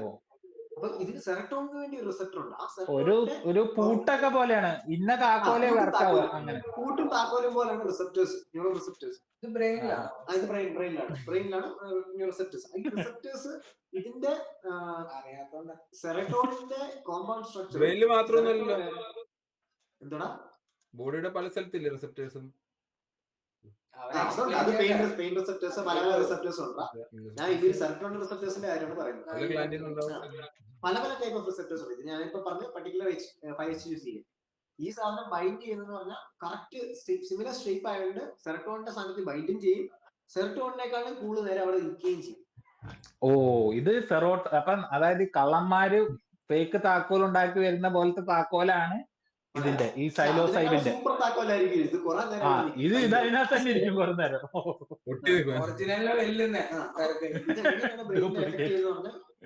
ഈ ഒരു സാധനം ഇവിടെ ബൈൻഡ് ആകുമ്പോൾ ന്യൂറോപ്ലാസ്റ്റിസിറ്റി കൂടും. എന്ന് പറഞ്ഞാൽ നമ്മളെ ഒരു കാര്യം എന്ന് പറഞ്ഞാൽ പുതിയ ന്യൂറൽ പാത്വേസ് ഇത് ക്രിയേറ്റ് ചെയ്യും. ഒരു എക്സ്റ്റെൻഡഡ് പീരീഡിലേക്ക് സെറട്ടോണിൻ ബൈൻഡ് ചെയ്തിരിക്കുകയാണെങ്കിൽ കുറെ ന്യൂറൽ പാത്വേസ് ടെമ്പററി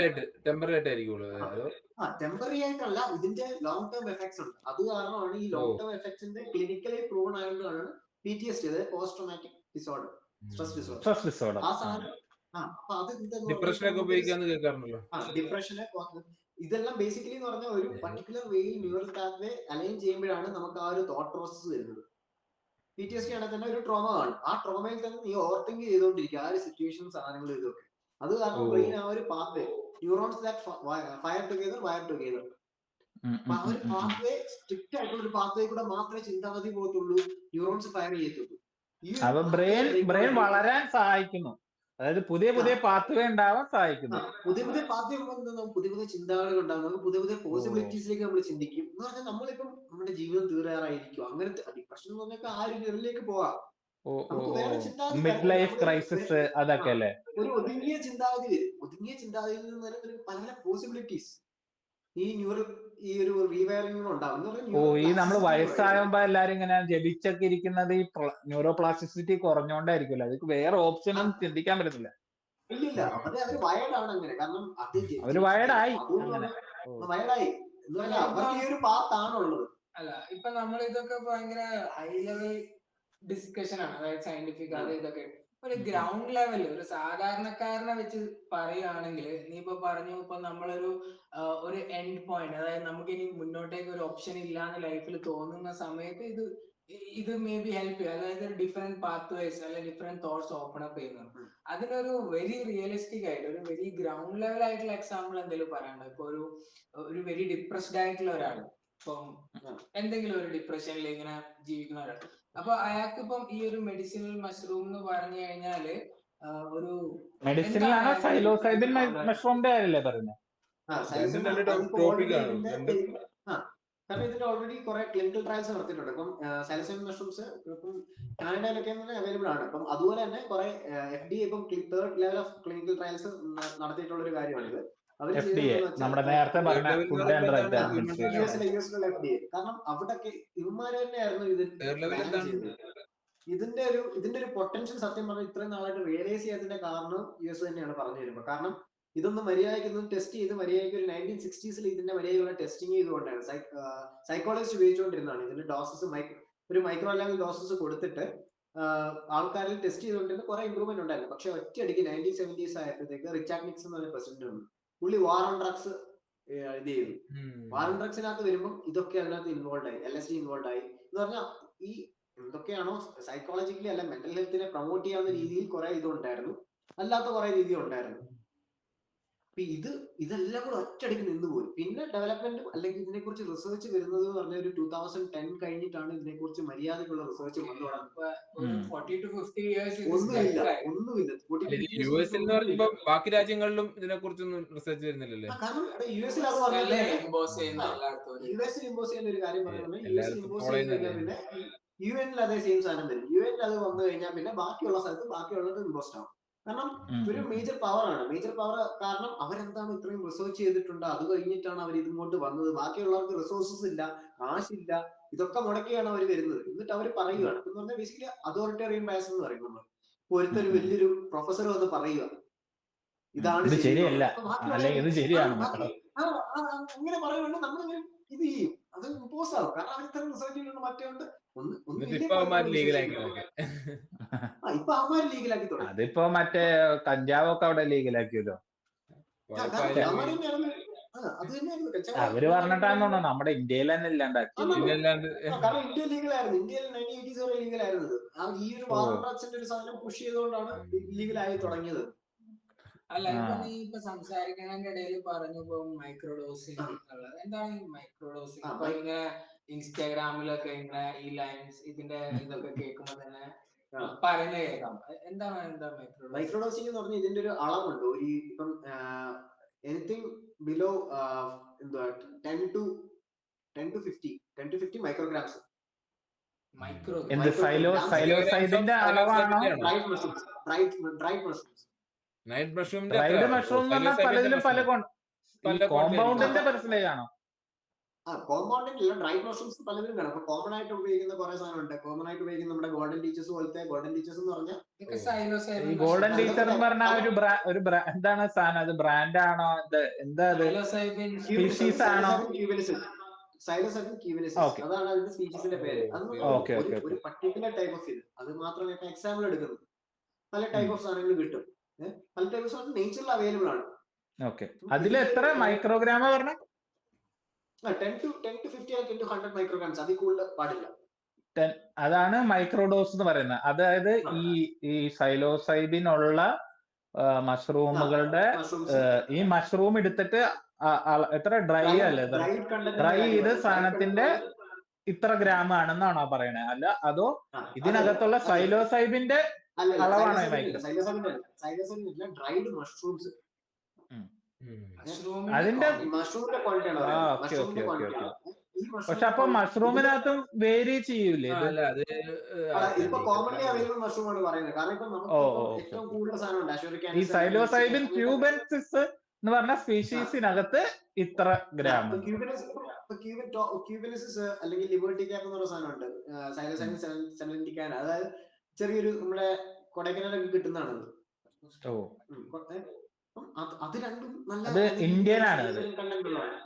ഇന്ത്യൻ അല്ല, അത് ഇന്ത്യയിൽ വന്നതാണ്. ഇങ്ങനെ പല കാറ്റിന്റെ കാര്യം പറഞ്ഞില്ലേ, ബ്രിട്ടീഷുകാർ വന്ന പോലെ കാറ്റിന് പോലെ വേറെ എക്സാമ്പിൾ ആണ് റൊഡൻഡം എന്ന് പറഞ്ഞൊരു പ്ലാന്റ് ഉണ്ട്. ഒരു പൂ തരുന്ന ഒരു പ്ലാന്റ് ഉണ്ട്. ഈ പ്ലാന്റ് പല സ്ഥലത്തോട് പോകുമ്പോൾ ഈ പ്ലാന്റിന്റെ അടിയിലും പ്ലാന്റിന്റെ എക്കോസിസ്റ്റത്തിലും വളരുന്ന ഒരു സൈലോസൈബിൻ മഷ്റൂം ഉണ്ട്. അതും അങ്ങോട്ട് പല സ്ഥലത്തേക്ക് ട്രാൻസ്ഫർ ആയി. അപ്പൊ ഈ പറഞ്ഞ സാധനം ഇന്ത്യയിലേക്ക് എങ്ങനെ വന്നു? എന്തോ ഇന്ത്യയിലേക്ക് എങ്ങനെ വന്നു? ഇന്ത്യയിൽ എന്ന് പറഞ്ഞാൽ ഇന്ത്യ ട്രേഡിന് ഒട്ടും മോശമല്ലായിരുന്നു. ഇത് എല്ലാം കാലിന്റെ അടിയിലൊക്കെ പറ്റി വരുമല്ലേ?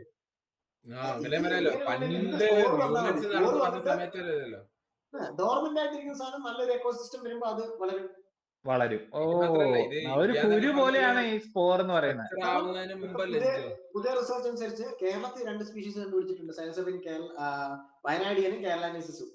ഓ, ഒന്നുകൂടെ പറയൂ പേര്. ഇത് നമുക്ക് ഐഡന്റിഫൈ ചെയ്യാൻ അറിയണം. അല്ല ചുമ്മാ ഇത് അല്ല ഇതിന്റെ പേര് വയനാട്ടിൽ പോയിട്ട് ഒരു മഷ്റൂം പറിച്ചിട്ട് വയനാടിനാണെന്ന് അടിച്ചു കഴിഞ്ഞാൽ അടുത്ത ദിവസം ഹോസ്പിറ്റലിൽ കിടക്കാം. അപ്പൊ അതൊന്നും ആരും ട്രൈ ചെയ്യരുത് പ്ലീസ്. സൈലോസൈബിൻ വയനാടിയൻ എന്നാണോ? നീ സെർച്ച് ചെയ്തോ, അതിന്റെ ഇത് കാണും. ഗൂഗിളിൽ സ്കോളർലി ആർട്ടിക്കിൾസ് ഉണ്ട്. ചുമ്മാ അടച്ചു വെച്ച അത് കേരളാനസിസ്. കേരളാനസിസ് സൈലോസൈഡ് കേരളാനസിസ്. ബ്രെഡിൽ വരെ ഫംഗൈന് വരാൻ മാത്രമല്ല, ഇത് സൈലോസൈഡ് എന്നുള്ള സ്പീഷീസ് മാത്രമല്ല സൈലോസൈഡിൻ കാണുന്നത്.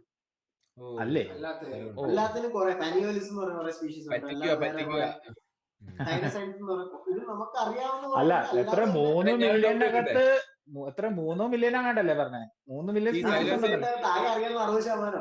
ബാക്കി നമുക്ക് 60% അറിയാം. ആ 60%-ൽ അത് 100 ഐറ്റല്ലേ ഈ സൈലോസൈബിനുള്ളത്. ഈ സൈലോസൈബിൻ എന്ന് പറഞ്ഞത് ശരിക്കും പറഞ്ഞ ഒരു വിഷമെന്നല്ല പറയാ. അപ്പൊ അത് സൈലോസൈബിൻ വിഷമാണ്. ഒരു പരിധിക്ക് മുകളിൽ കൺസ്യൂം ചെയ്ത് കഴിഞ്ഞാൽ മരിക്കാനുള്ള സാധ്യത ഉണ്ടോ? ഓവർഡോസിംഗ് എന്ന് പറഞ്ഞ സാധനം ഇതിന് സത്യം പറഞ്ഞാൽ വലുതായിട്ട് ഇതായിട്ടില്ല. ഓവർഡോസ് ചെയ്ത് ഡെത്ത് ഉള്ള സാധനം ഇതുവരെ മഷ്റൂം റിപ്പോർട്ട് ചെയ്തിട്ടില്ല. സൈലോസൈബിൻ മഷ്റൂംസ് ഒന്ന് മൈക്രോഡോസ്, രണ്ടാമത് ഹീറോ ഡോസ് ഉണ്ട്. പക്ഷെ ഇതിന്റെ ഡോസ് കൂടുതലാകുമ്പോ ഹോസ്പിറ്റലൈസ് ഒക്കെ ആവാനുള്ള പോസിബിലിറ്റി കൂടുതലല്ലേ? ഓവർഡോസ് ആയിട്ടില്ലല്ലോ. അത് ഡിപ്പെൻഡ് ചെയ്യണം എന്ന് പറഞ്ഞാൽ ഓവർഡോസ് ആയിട്ട് ഹോസ്പിറ്റലൈസ് ആണെന്ന് പറഞ്ഞാൽ ഒരു പാരനോയ കണ്ടീഷൻസ് ചിലർക്ക് വരാം. ഒരു ഇതെന്ന് പറഞ്ഞ സീക്രട്ട് സാധനമായിട്ട് എടുത്തിട്ട് എന്ന് പറഞ്ഞാൽ ഇത് പണ്ട് ഹിസ്റ്ററി ചെയ്യുകയാണെങ്കിൽ പണ്ട് യൂളിസിസ് എന്ന് പറഞ്ഞൊരു സാധനം ഉണ്ടായിരുന്നു ഗ്രീക്കിൽ. അതായത് അരിസ്റ്റോട്ടലിന്റെയും പ്ലാറ്റോയുടെയും ഗ്രീക്കിന്റെ ഒരുമാതിരി ഗോൾഡൻ ഏജ് എന്ന് പറഞ്ഞാൽ ഫിലോസഫേഴ്സ്, തിങ്കേഴ്സ്, മാത്തമാറ്റീഷ്യൻസ് ഇവരെല്ലാം കൂടെ ഇരിക്കുന്ന യൂളിസിസ് എന്ന് പറഞ്ഞൊരു ഫെസ്റ്റിവൽ ആയിരുന്നു. ഇവിടുത്തെ വിഷു പോലത്തെ ഒരു ഫെസ്റ്റിവൽ, ഹാർവസ്റ്റ് ഫെസ്റ്റിവൽ. ഇവർ ചെയ്തുകൊണ്ടിരുന്നത് പറഞ്ഞാൽ ഇവരുള്ള തിങ്കേഴ്സ് എല്ലാം കൂടെ ഒരു സ്ഥലത്ത് 3 ദിവസത്തെ ഫെസ്റ്റിവലിൽ എല്ലാവരും കൂടെ ട്രാവൽ ചെയ്ത് അവിടെ എത്തിയിട്ട് ഇവരുടെ ഒരു ദിവസത്തെ റിച്വൽ എന്ന് പറഞ്ഞാൽ സൈലോസൈബിൻ മഷ്റൂംസ് എല്ലാവർക്കും കൊടുത്തിട്ട് അവിടുന്ന് ഒരു ഡിസ്കഷൻ. ഈ പല ടൈപ്പ് ഓഫ് ഇത് ഇപ്പൊ ആലോചിക്കും എന്ന് പറഞ്ഞാൽ ഇത് ഈഗോഡത്ത് എന്ന് പറഞ്ഞ കൺസെപ്റ്റ് കൂടി വരും എന്ന് പറഞ്ഞാൽ നമ്മൾ എന്താണ് ഈഗോഡത്ത് എന്ന് പറഞ്ഞാൽ ബേസിക്കലി ഹ്യൂമൻസിന് എല്ലാവർക്കും ഈഗോ ഉണ്ട്. ഈഗോ എന്ന് പറഞ്ഞാൽ നമ്മൾ എന്താണ്, നമ്മൾ ഇത്രയും വർഷത്തെ ഡിഫൈൻ ചെയ്ത് വെച്ചിരിക്കുന്ന സാധനം, അതാണ് ഈഗോ. അതാണ് നമ്മുടെ ഈഗോ. ഞാൻ എന്താണ്, ഞാൻ ആരാണ്, അതല്ലേ ഞാൻ എന്താണ്, ഞാൻ ആരാണ് എന്ന് പറഞ്ഞാൽ ഞാൻ എന്തൊക്കെ പഠിച്ചതനുസരിച്ചിരിക്കും നിന്റെ തെറ്റും ശരിയും ഡിഫൈൻ ആവുന്നത്. അങ്ങനെ വെച്ചിട്ടായിരിക്കും നിന്റെ കുറെ കൺസ്ട്രക്ട്സ് ആണ്. കുറെ സാധനത്തിൽ ലവ് എന്താണ്, ഹെയ്റ്റ് എന്താണ്, ഗുഡ് എന്താണ്, ബാഡ് എന്താണ്, ഇതൊക്കെ ആ ഇത്രയും വർഷത്തെ കൺസ്ട്രക്ട് വെച്ചിട്ടാണ് ഇതൊക്കെ ഡിഫൈൻ ചെയ്യുന്നത്. അതൊക്കെ ഡിസോൾവ് ആയിട്ട് വേറെ പെർസ്പെക്റ്റീവിൽ നിന്ന് ഒരു ഫ്രഷ് പെർസ്പെക്റ്റീവിൽ നിന്ന് ചിന്തിക്കുമ്പോൾ പല സാധനം നമ്മൾ റീഡിഫൈൻഡ് ആവും. കുറെ സാധനം നമ്മൾ റീഡിഫൈൻഡ് ആവും. ഇപ്പൊ ഓൾറെഡി നമ്മൾ സൊസൈറ്റിയിൽ ഇപ്പൊ നമ്മൾ പഠിച്ചു വന്ന കാര്യങ്ങൾ ഇന്നത് ശരിയാണ്, ഇന്നത് തെറ്റാണെന്നുള്ളത് നമ്മൾ റീതിങ്ക് ചെയ്യുന്നു. കുറെ പേർക്ക് കോഗ്നിറ്റീവ് ബയസ് എന്ന് പറഞ്ഞ കോഗ്നിറ്റീവ് ബയസ് എന്ന് പറഞ്ഞാൽ ഇപ്പം ഞാൻ ചെറുപ്പത്തിൽ എന്നോട് എന്റെ വീട്ടുകാർ പറയുന്ന വെച്ചു, നീലക്കണ്ണുള്ള പിള്ളേരുടെ അടുത്ത് പോയാൽ അവര് വിച്ചസ് ആണ്, മറ്റേതാണ്, മറിച്ചതാണ് ചെറുപ്പത്തിൽ തൊട്ട് പറഞ്ഞു പഠിച്ചുകൊണ്ടിരിക്കുക. എനിക്ക് ചിലപ്പോ വലുതാകുമ്പോഴേ ഭയം കാണും. ഈ പൂച്ച ഇങ്ങനെ ചാടിയാൽ അതെ പൂച്ച ചാടിയ ആ ദിവസം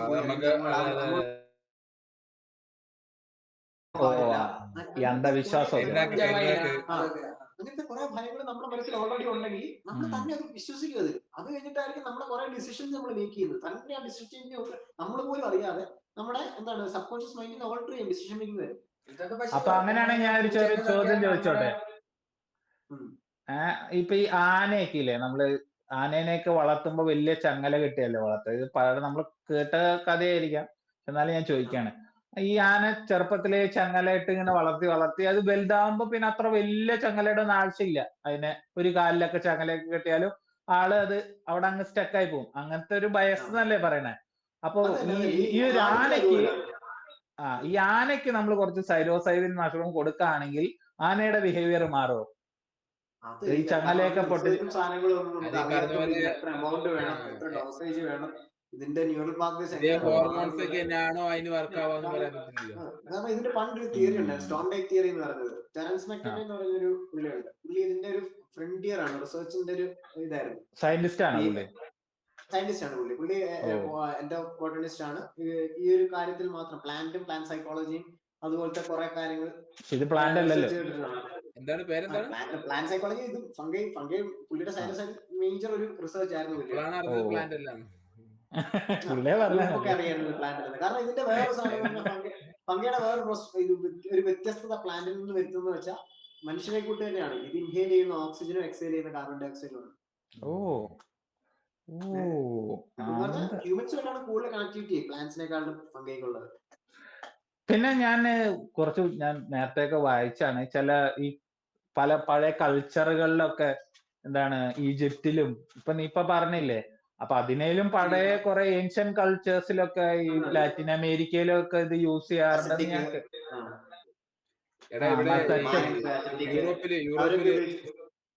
കാരണം അവരെന്ന് പറഞ്ഞാൽ ഈ സാധനത്തിൽ ഇപ്പം ഇന്ത്യൻസിനും ഇപ്പൊ ഇന്ത്യയില് ഛത്രപുര എന്ന് പറഞ്ഞ സ്ഥലമുണ്ട് മധ്യപ്രദേശിൽ. ഇതിനൊരു ടെമ്പിൾ ഉണ്ട് മഷ്റൂംസിന്റെ.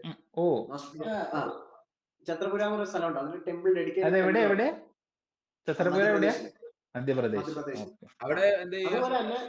അതുപോലെ തന്നെ ഇപ്പം അസെപ്റ്റിക് ആ ഒരു ഇതുണ്ട്. ഇവരെന്ന് പറഞ്ഞാൽ ഇതിനെ ഒരു പല പല പേരിലാണ് അറിയപ്പെട്ടുകൊണ്ടിരുന്നത്. കാരണം ഇവര് ഈ അസെപ്റ്റിക് ഇവര് വിളിച്ചുകൊണ്ടിരുന്നതെന്ന് പറഞ്ഞാൽ ഒരു എന്താണ് ഒരു ഹോളി ചൈൽഡ് എന്നാണ് ഇവര് അവരുടെ ഭാഷയിൽ ഹോളി ചൈൽഡ് എന്നാണ് വിളിച്ചുകൊണ്ടിരുന്നത്. കാരണം എന്ന് പറഞ്ഞാൽ ഇതൊരു സീക്രട്ട് റിച്വൽ ആയിട്ട് അവരെ പാർട്ടായിട്ട് ഇൻജസ്റ്റ് ചെയ്യുമ്പോൾ കണക്ഷൻസ്, അതായത് നേച്ചറുമായിട്ടുള്ള കണക്ഷൻസ് എന്ന് പറഞ്ഞാൽ നേച്ചർ ടീച്ചർ ആവും. നേച്ചറിൽ നിന്ന് കുറെ പഠിക്കാൻ പറ്റും. നേച്ചർ ടീച്ചർ ആവുന്നൊരു നമുക്ക് സത്യം പറഞ്ഞാൽ ആ ഒരു സാധനം കണക്ട് ചെയ്യാൻ പറ്റും. ഈ ജനറേഷന് പ്രത്യേകിച്ച് ഇത്രയും ഡിജിറ്റലൈസ്ഡ് വേൾഡ് ആയിട്ട് സെൽഫി എന്നുള്ള കണക്ഷൻ ലോസ്റ്റ് ആവുന്നുണ്ട്. അത് കാരണമാണ് മെന്റൽ ഹെൽത്ത് ക്രൈസിസ് വരുന്നത്. ഈ നേച്ചർ എന്ന് പറഞ്ഞു കഴിഞ്ഞാൽ ഈ ടെക്നോളജി നേച്ചറിൽ പെടില്ലേ? ഇല്ല, ടെക്നോളജി ഒക്കെ നേച്ചറിൽ പെടുന്നത്. നേച്ചർ എന്ന് പറഞ്ഞാൽ നേച്ചർക്ക് സാധനം കൊണ്ടല്ലോ ഉണ്ടാക്കുന്നത്.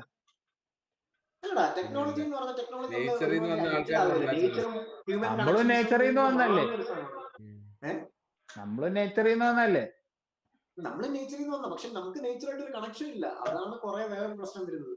ഇപ്പം ജാപ്പനീസ് കൺസെപ്റ്റ് ഒക്കെ ഉണ്ടല്ലോ, ഷിൻറിൻ യാക്കു എന്നൊക്കെ പറഞ്ഞു കഴിഞ്ഞാൽ നേച്ചർ ഹീൽ ചെയ്യുന്ന സാധനമാണ് ഷിൻറിൻ യാക്കു എന്ന് പറഞ്ഞു കഴിഞ്ഞാൽ.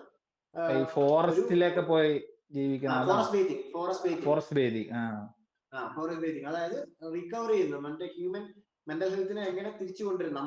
നമ്മൾ എന്താന്നുള്ളതും അവർക്ക് ആവശ്യമുണ്ട്, ചെറുതാന്നുള്ളതും നമുക്ക് പോയതാ. എങ്ങനെ അങ്ങനത്തെ ഒരു ചിന്താഗതി ഇത് കൊണ്ടുവരും. അപ്പം ഈ ഒരു പഴയ കൾച്ചർ ഒരു സ്പിരിച്വലിസ്റ്റിക് രീതിയിലേക്കാണ് ഇതിനെ കണ്ടുകൊണ്ടിരുന്നത്. ഓക്കെ, ഇനി ഞാനൊരു ചോദ്യം ചോദിക്കുകയാണ്. ഗോകുല് വിശ്വസിക്കുന്നുണ്ടോ പേഴ്സണലി ഈ പവർ ടു കണക്ട് വിത്ത് നേച്ചറില് അല്ലെങ്കിൽ ഈച്ച് അതർ, ഈ സൈലോസൈബിന്റെ പവറില്?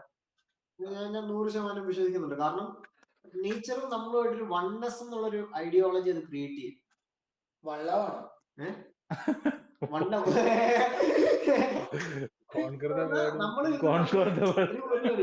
ബേസിക്കലി യൂണിവേഴ്സൽ കോൺഷ്യസ്നസ് അങ്ങനത്തെ ഒരു സാധനം. ആ ഒരു അറ്റാച്ച്മെന്റിലേക്ക് നമുക്ക് കുറെ സാധനം നമുക്ക് റിയലൈസ് ചെയ്തു. കാരണം ഞാൻ പറഞ്ഞില്ല, ഇപ്പൊ മൈക്രോഡോസിങ് ഞാൻ പറഞ്ഞു, അതുപോലെ തന്നെ മാക്രോഡോസിങ്. ഇതിന്റെ ഒരു വ്യത്യാസം ഞാൻ പറയാം. ഒരു സിമ്പിൾ ചോദിച്ചായിരുന്നു മാക്രോ ഉണ്ടോ?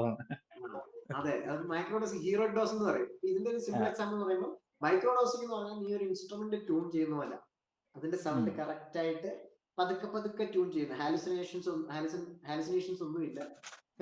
ഒരു ആങ്സൈറ്റി റിഡ് ഓഫ് ഒരു കോൺസെൻട്രേറ്റഡ് മൈൻഡ് അതുപോലത്തെ രീതിയിൽ എത്തിക്കും.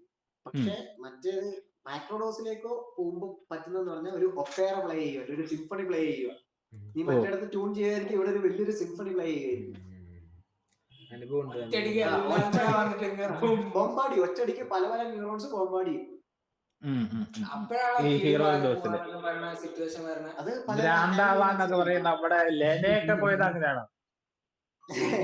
അത് ഹാൻഡിൽ ചെയ്യുന്നതും അതിൽ നിന്ന് എത്രമാത്രം ഉൾക്കൊള്ളാൻ പറ്റും. കാരണം ന്യൂറൽ പാത്ത് കണക്ട് ചെയ്യുന്നു പറയുന്നുണ്ട്. ഉള്ള ഇൻഫോർമേഷൻ വെച്ചിട്ടല്ലേ അതിന് കണക്ട് ചെയ്യാൻ പറ്റത്തുള്ളൂ. പൂർ ഇൻഫോർമേഷൻസ് മൊത്തം തലയിൽ വെച്ചിട്ട് അത് കണക്ട് ചെയ്യുമ്പോൾ എങ്ങനെയിരിക്കും? അപ്പൊ നമ്മൾ ആദ്യം ചുമ്മാ ഇത് പോയി വിവരമില്ലാത്തവൻ പോയി ചെയ്യരുത്. ഇതിനെ കുറിച്ച് പഠിച്ച് മനസ്സിലാക്കി ചെറിയൊരു തിരിച്ചറിവ് കിട്ടും. പക്ഷെ ആ തിരിച്ചറിവിൽ നിന്ന് ഏതാണ് ഫിൽട്ടർ ചെയ്ത് വെളിയിലോട്ട് വരേണ്ടതും അത് വെളിയിലോട്ട് നമ്മുടെ വരണ്ടാത്തതെന്നുള്ളൊരു ബോധം അതായത് വേണം. ഇത് എത്ര വലിയ മരുന്നായിട്ടും കാര്യമില്ല, നമുക്കൊരു സ്റ്റാൻഡേർഡ് വേണമെന്നാണ് അപ്പൊ പറയുന്നത്. നമുക്കൊരു ചെറിയ അങ്ങനെ നിങ്ങൾക്ക് പല മനുഷ്യനും പല പല ആഗ്രഹങ്ങളും സാധനങ്ങളും കാണും ജീവിതത്തിൽ. ചിലര് ഈ ബുദ്ധിമുട്ടിക്കുന്ന സമയത്തായിരിക്കും ഇടുന്നത്, ചിലരല്ലാതെ എന്താണ് ഒരു മൈൻഡ് ഒരു റീസെറ്റ് ബട്ടൺ ആയിട്ട് ഇതിനെ ഉപയോഗിക്കും. Full reset button. അതാണല്ലോ ഇപ്പൊ ഈ ഡിപ്രഷന്റെ കാര്യത്തിലൊക്കെ പറഞ്ഞത്. പിന്നെ ഇതിനെ പീസ് മോളിക്യൂൾ എന്നൊക്കെ വിളിക്കുന്നത് ഞാൻ കേട്ടിട്ടുണ്ട്, അതൊക്കെ ശരിയാണോ? അല്ല, ഈ ക്രൈം കുറയ്ക്കുന്നു, ആൾക്കാരുടെ ഇങ്ങനെ വയലൻസിനുള്ള ഇത് കുറയ്ക്കുന്നു എന്നൊക്കെ ഞാൻ കേട്ടിട്ടുണ്ട്. അത് കാരണം എന്ന് പറഞ്ഞാൽ സൊസൈറ്റിയിൽ അല്ലെ സോഷ്യൽ കണക്ഷൻസ് ബൂസ്റ്റ് ചെയ്യും. കാരണം ഈഗോ ഡിസോൾവ് ആകുമ്പോ തന്നെ നിനക്ക് ആൾക്കാരുടെ ജഡ്ജ്മെന്റ് മറ്റേത് മറിച്ചത് അങ്ങനത്തെ കുറെ സാധനങ്ങൾ അങ്ങ് ഡിസോൾവ് ആവും. ആ ഡിസോൾവ് ആകുമ്പോ തന്നെ നമുക്ക് കുറെ കാര്യങ്ങള് എന്താണ് എല്ലാം ഒരു ലൈറ്റ് ഹാർട്ട്നെസ് കൊണ്ട് എടുക്കാൻ പറ്റിയ ഡിസിഷൻ അതുപോലത്തെ നമ്മുടെ എന്താണ് ചെയ്യുന്നത് മേ ബി അയാളും ശരിയാണെന്നുള്ള ഒരു തോട്ട് നമുക്ക് വരുമായിരിക്കും. ഇല്ല, നമ്മളെ ഈഗോ വെച്ചിട്ട് ഞാൻ മാത്രം ശരി, നീ ഉടായിപ്പ, അങ്ങനെയാണ് ഡിഫെൻഡ് ചെയ്യുന്നത്. പലർക്കും പല രീതിയിലായിരിക്കും. ചിലര് ഒച്ച വെച്ചിട്ടായിരിക്കും ഡിഫെൻഡ് ചെയ്യുന്നത്, ചിലര് ആക്ട് വയലൻസിലേക്കായിരിക്കും പോകുന്നത്. ഈ സാധനം ഡിസോൾവ് ചെയ്ത് കഴിയുമ്പോൾ ആ ഒരു സാധനം അവിടെ മാറും, സെപ്പറേറ്റ് ആവും. ഇങ്ങനത്തെ ഒരു ആക്ഷൻസ് അല്ല ഇങ്ങനത്തെ ഒരു മറ്റേ എതിരെ നിൽക്കണവന്റെ മനസ്സറിഞ്ഞാൽ തീരാവുന്ന പ്രശ്നമുള്ളൂ എന്നുള്ള കൈൻഡ് ഓഫ് ഒരു തോട്ടിലേക്ക് വരും തോന്നുന്നു. അവന്റെ മനസ്സും അറിയാന്നുള്ള, അവൻ പറയുന്നതിലും ഒരു ലോജിക് ഉണ്ടെന്ന് കേൾക്കാമെങ്കിലും നമുക്ക് പറ്റും. കേൾക്കാൻ പറ്റിയിട്ട് അതിനെ കുറിച്ച് ചിന്തിക്കാൻ പറ്റും. നമ്മുടെ ബൈ ഡിഫോൾട്ട് ഈഗോ വെച്ചിട്ട് മുന്നേറാം. ബൈ ഡിഫോൾട്ട് ആയിട്ട് ആ ഒരു നമ്മുടെ സബ് കോൺഷ്യസ് മൈൻഡിനേക്കാളും ഒരു ഡിസിഷൻ മേക്കിംഗ് ഉണ്ട്. പക്ഷെ ആ സബ് കോൺഷ്യസ് മൈൻഡ് റീവയർ ആവും. അപ്പൊ ഇത് കംപ്ലീറ്റ് ഹ്യൂമാനിറ്റി, അതായത് ഇപ്പൊ എല്ലാ മനുഷ്യന്മാരും വൺസ് എല്ലാരെയും കൂട്ടി വിളിച്ച് ഒറ്റയടിക്ക് കുറച്ച് കൊടുത്തു കഴിഞ്ഞാല് ഈ തീരാവുന്ന കെയോസ് ആണോ? അങ്ങനെ പറയാൻ പറ്റത്തില്ല. ഇത് പറഞ്ഞില്ലേ ഈ ഓരോ, പക്ഷെ അത് പറഞ്ഞില്ലേ അവർക്കും സ്റ്റാൻഡേർഡ് വേണമെന്ന്. അല്ല, അവരും പഠിച്ചിരിക്കണം, സ്നേഹത്തെ അറിഞ്ഞിരിക്കണം, ഇത് ഉൾക്കൊള്ളാൻ തയ്യാറാണ്. ബാഡ് വൈബ്സ് അതായിരിക്കില്ല ഈ കിളിയൊക്കെ ഹെൽപ്പ് ചെയ്യും സീക്രട്ട് കൺസിഡർ ചെയ്യുവാണെങ്കിൽ. പക്ഷെ ഇത് മിസ്യൂസ് ചെയ്യാം ഏത് രീതിയിൽ, എങ്ങനെയാ മിസ്യൂസ് ചെയ്യാം. പക്ഷെ ഇതിന് വേറൊരു കാര്യമുണ്ടാ, ഇത് അഡിക്ഷനെ ഇത് ചെയ്യുന്ന അഡിക്ഷനെ നിർത്തുന്ന ഒരു സാധനമായിരുന്നു. അത് ഓൾറെഡി എക്സിസ്റ്റിംഗ് കാനഡയിലും യു എസിലും അത് ട്രൈ ചെയ്തിട്ടുണ്ട്. എന്ന് പറഞ്ഞാൽ ക്രോണിക് സ്മോക്കേഴ്സിന് രണ്ട് ഹൈ ഡോസ് എന്ന് പറഞ്ഞാൽ 4 to 5 grams ഓഫ് മഷ്റൂംസ് എടുത്തിട്ട് മറ്റേ മാക്രോ ഡോസ് കൊടുത്തിട്ട് 10-20 വർഷമായിട്ട് സ്മോക്ക് ചെയ്യുന്നവര് നിർത്തിയിട്ടുണ്ട്. പിന്നെ ഒരു കണ്ടിന്യൂസ് ആയിട്ട് ഒരു 12 മാസത്തേക്ക് അവർ വലിച്ചിട്ടേ ഇല്ല. 12 മാസം വരെ ഇഫക്റ്റ് ഉള്ളൂ. അല്ലടാ, അതല്ല അവരുടെ ആ ഒരു റിസർച്ച് സ്റ്റഡി സ്റ്റഡി 12 മാസത്തിൽ തീർന്നു. അങ്ങനെ പിന്നെ അവരെന്തോടെ ചെയ്തോട്ടെ. അങ്ങനെ ഇരുന്നൊരു കൂട്ടുകാരൻ എനിക്ക് പറയാം. ഇതിപ്പം ഇതുമായിട്ട് റിലേറ്റ് ചെയ്തിട്ടുള്ളതല്ല. ഇപ്പൊ ഇൻസ്റ്റാഗ്രാമിലൊക്കെ കാണാം തിമോത്തി ലീറി എന്നും പറഞ്ഞിട്ട് കുറെ വീഡിയോ. തിമോത്തി ലീറി എന്ന് പറഞ്ഞാൽ ആദ്യം LSD US-ലായിരുന്നു LSD റിസർച്ച് ആദ്യം തുടങ്ങിയത്. അത് ഹാർവാർഡിലാണ് കണ്ടുപിടിച്ചത്. സ്വിറ്റ്സർലാൻഡിലല്ലേ? സ്വിറ്റ്സർലൻഡിലായിരുന്നു. മറ്റേ സ്വിസ് ലാബിലായിരുന്നു, സാന്റോസിലായിരുന്നു കണ്ടുപിടിച്ചത്. സാന്റോസില് പുള്ളി റൈസ് ഗ്രെയിനിൽ നിന്ന് വയ്ക്കുമ്പോഴാണ് അവിടെയും ഫംഗൈ ഒരു എർഗോട്ട് ഒരു ഫംഗൈയാണ്, ടൈപ്പ് ഓഫ് ഫംഗൈ. അവിടുന്ന് സിന്തസൈസ് ആണ് LSD-25. അതാണ് ആദ്യത്തെ എർഗോട്ട് എന്ന് പറഞ്ഞാൽ അതൊരു വിഷമായിരുന്നു. അത് എർഗോട്ട് എന്ന് പറഞ്ഞാൽ നമ്മുടെ നെല്ലല്ല, റൈസ് അല്ല, നമ്മുടെ ഗോതമ്പില്ലേ, ഗോതമ്പിന്റെ ഉള്ളിൽ ഉണ്ടാവുന്ന ഒരു ഫംഗസ് ആണ്. അത് കഴിച്ച് കുറെ പേരൊക്കെ മരിച്ചു പോവാറുണ്ട്. പക്ഷെ അതിന് ഈ സൈക്കഡലിക് ആക്ടിവിറ്റി ഉണ്ടായിരുന്നു അതിന്. അപ്പൊ ഇത് തിമോത്തി ലീറിയുടെ കഥ വരുവാണെങ്കിൽ, ഇത് ആദ്യം US ഹാർവാർഡിൽ ഹാർവാർഡ് വന്നപ്പോൾ 2 മേജർ സൈക്കോളജിസ്റ്റ് ആണ് ഇതിന്റെ കാര്യം സൈക്കോളജി റിസർച്ചറുമായിരുന്നു. ഒന്ന് തിമോത്തി ലീറി, രണ്ടാമത്തേത് റൂപ്പർട്ട് എന്ന് പറഞ്ഞൊരു പുള്ളിയായിരുന്നു. റൂപ്പർട്ട് എന്ന് പറഞ്ഞൊരു പുള്ളി. റൂപോട്ടിനെ നമുക്ക് റൂപോട്ടെന്നൊന്നും പേരിൽ അറിയപ്പെടാൻ ചാൻസ് ഇല്ല. പക്ഷെ രാംദാസ് കേട്ടിട്ടുണ്ട്. രാംദാസ് പുള്ളിനെ കേട്ടിട്ടുണ്ട്. പുള്ളി കൊറേ എനിക്ക് വരാറുണ്ട് ഫിലോസഫി വീഡിയോ. അത് സ്പിരിച്വലിസ്റ്റിക് മൈൻഡിലേക്ക് പോയി ഇന്ത്യയിൽ വന്നിട്ട് മറ്റേ നീം കരോളി ബാബ എന്ന് പറഞ്ഞ പുള്ളിയുടെ ശിഷ്യത്വമൊക്കെ സ്വീകരിച്ച് ഈ നീം കരോളി ബാബേനല്ലേ മറ്റേ സ്റ്റീവ് ജോബ്സ് വന്ന് കണ്ടേ? അതെ അവിടുത്തെ കുറെ സ്റ്റീവ് ജോബ്സ്, സക്കർബർഗ് കുറെ പേര് വന്ന് കണ്ടൊരാളാണ് രാംദാസ്. ബേസിക്കലി രാംദാസിന്റെ ഇൻഫ്ലുവൻസ് ആയിരുന്നു ബേസിക്കലി. ഈ രാംദാസിന്റെ ഇൻഫ്ലുവൻസ്, അത് ഈ റൂപ്പർട്ട് എന്ന് പറഞ്ഞ പുള്ളിയുടെ ഇൻഫ്ലുവൻസ് ആണ് അവര് വന്നത്.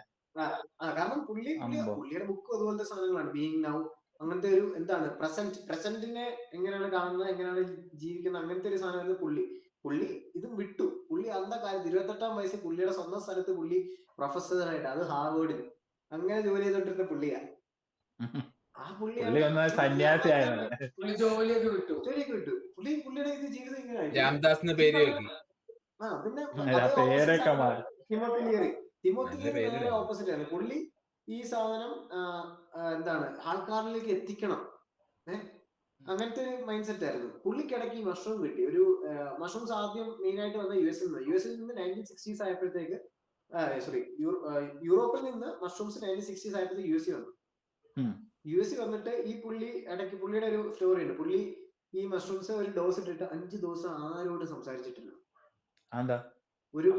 ആരോട് സംസാരിച്ചില്ല. എന്നിട്ട് പുള്ളി തിരിച്ച് 5ാമത്തെ അത് കഴിഞ്ഞിട്ട് പുള്ളി തിരിച്ചു വരുന്നത് പറഞ്ഞാൽ പുള്ളിയുടെ 27 വർഷത്തെ ഇത്രയും ഈ അക്കാഡമിക് ജീവിതത്തിനേക്കാളും കൂടുതൽ സാധനം പുള്ളി സൈക്കോളജിയെ കുറിച്ച് അത്ര 5 ദിവസം കൊണ്ട് പുള്ളി പഠിച്ചത് മനസ്സിലാക്കിയിട്ടുണ്ട്. അതെ, പുള്ളി ഓൾറെഡി പഠിച്ച കാര്യം അതങ്ങ് കണക്ട് ആയി, ഇന്റർകണക്ട് ആയി, കറക്റ്റ് രീതിയിൽ കണക്ട് ആയിട്ടുള്ള കാര്യം. കാരണം ഇൻഫർമേഷൻ നമ്മൾ കുറെ ഗ്യാദർ ചെയ്യും, പക്ഷെ ഇൻഫർമേഷൻ മിസ്ഡോ അല്ലെങ്കിൽ ഒരു ഇതാണെങ്കിൽ അത് കണക്ട് ആണ് മര്യാദയുള്ള രീതിയിൽ. എന്നാൽ മാത്രം അത് വിസ്ഡമായിട്ട് ട്രാൻസ്ലേറ്റ് ആകത്തുള്ളൂ. അല്ല അപ്പൊ ഇത് സെറോട്ടോണിന്റെ പ്രവർത്തനം കൊണ്ടാണെന്നല്ലേ പറഞ്ഞത്? സെറോട്ടോണിന്റെ റിസപ്റ്ററിന്റെ അവിടെ ഇത് പോയിട്ട് വർക്ക് ചെയ്യുന്നുണ്ട്.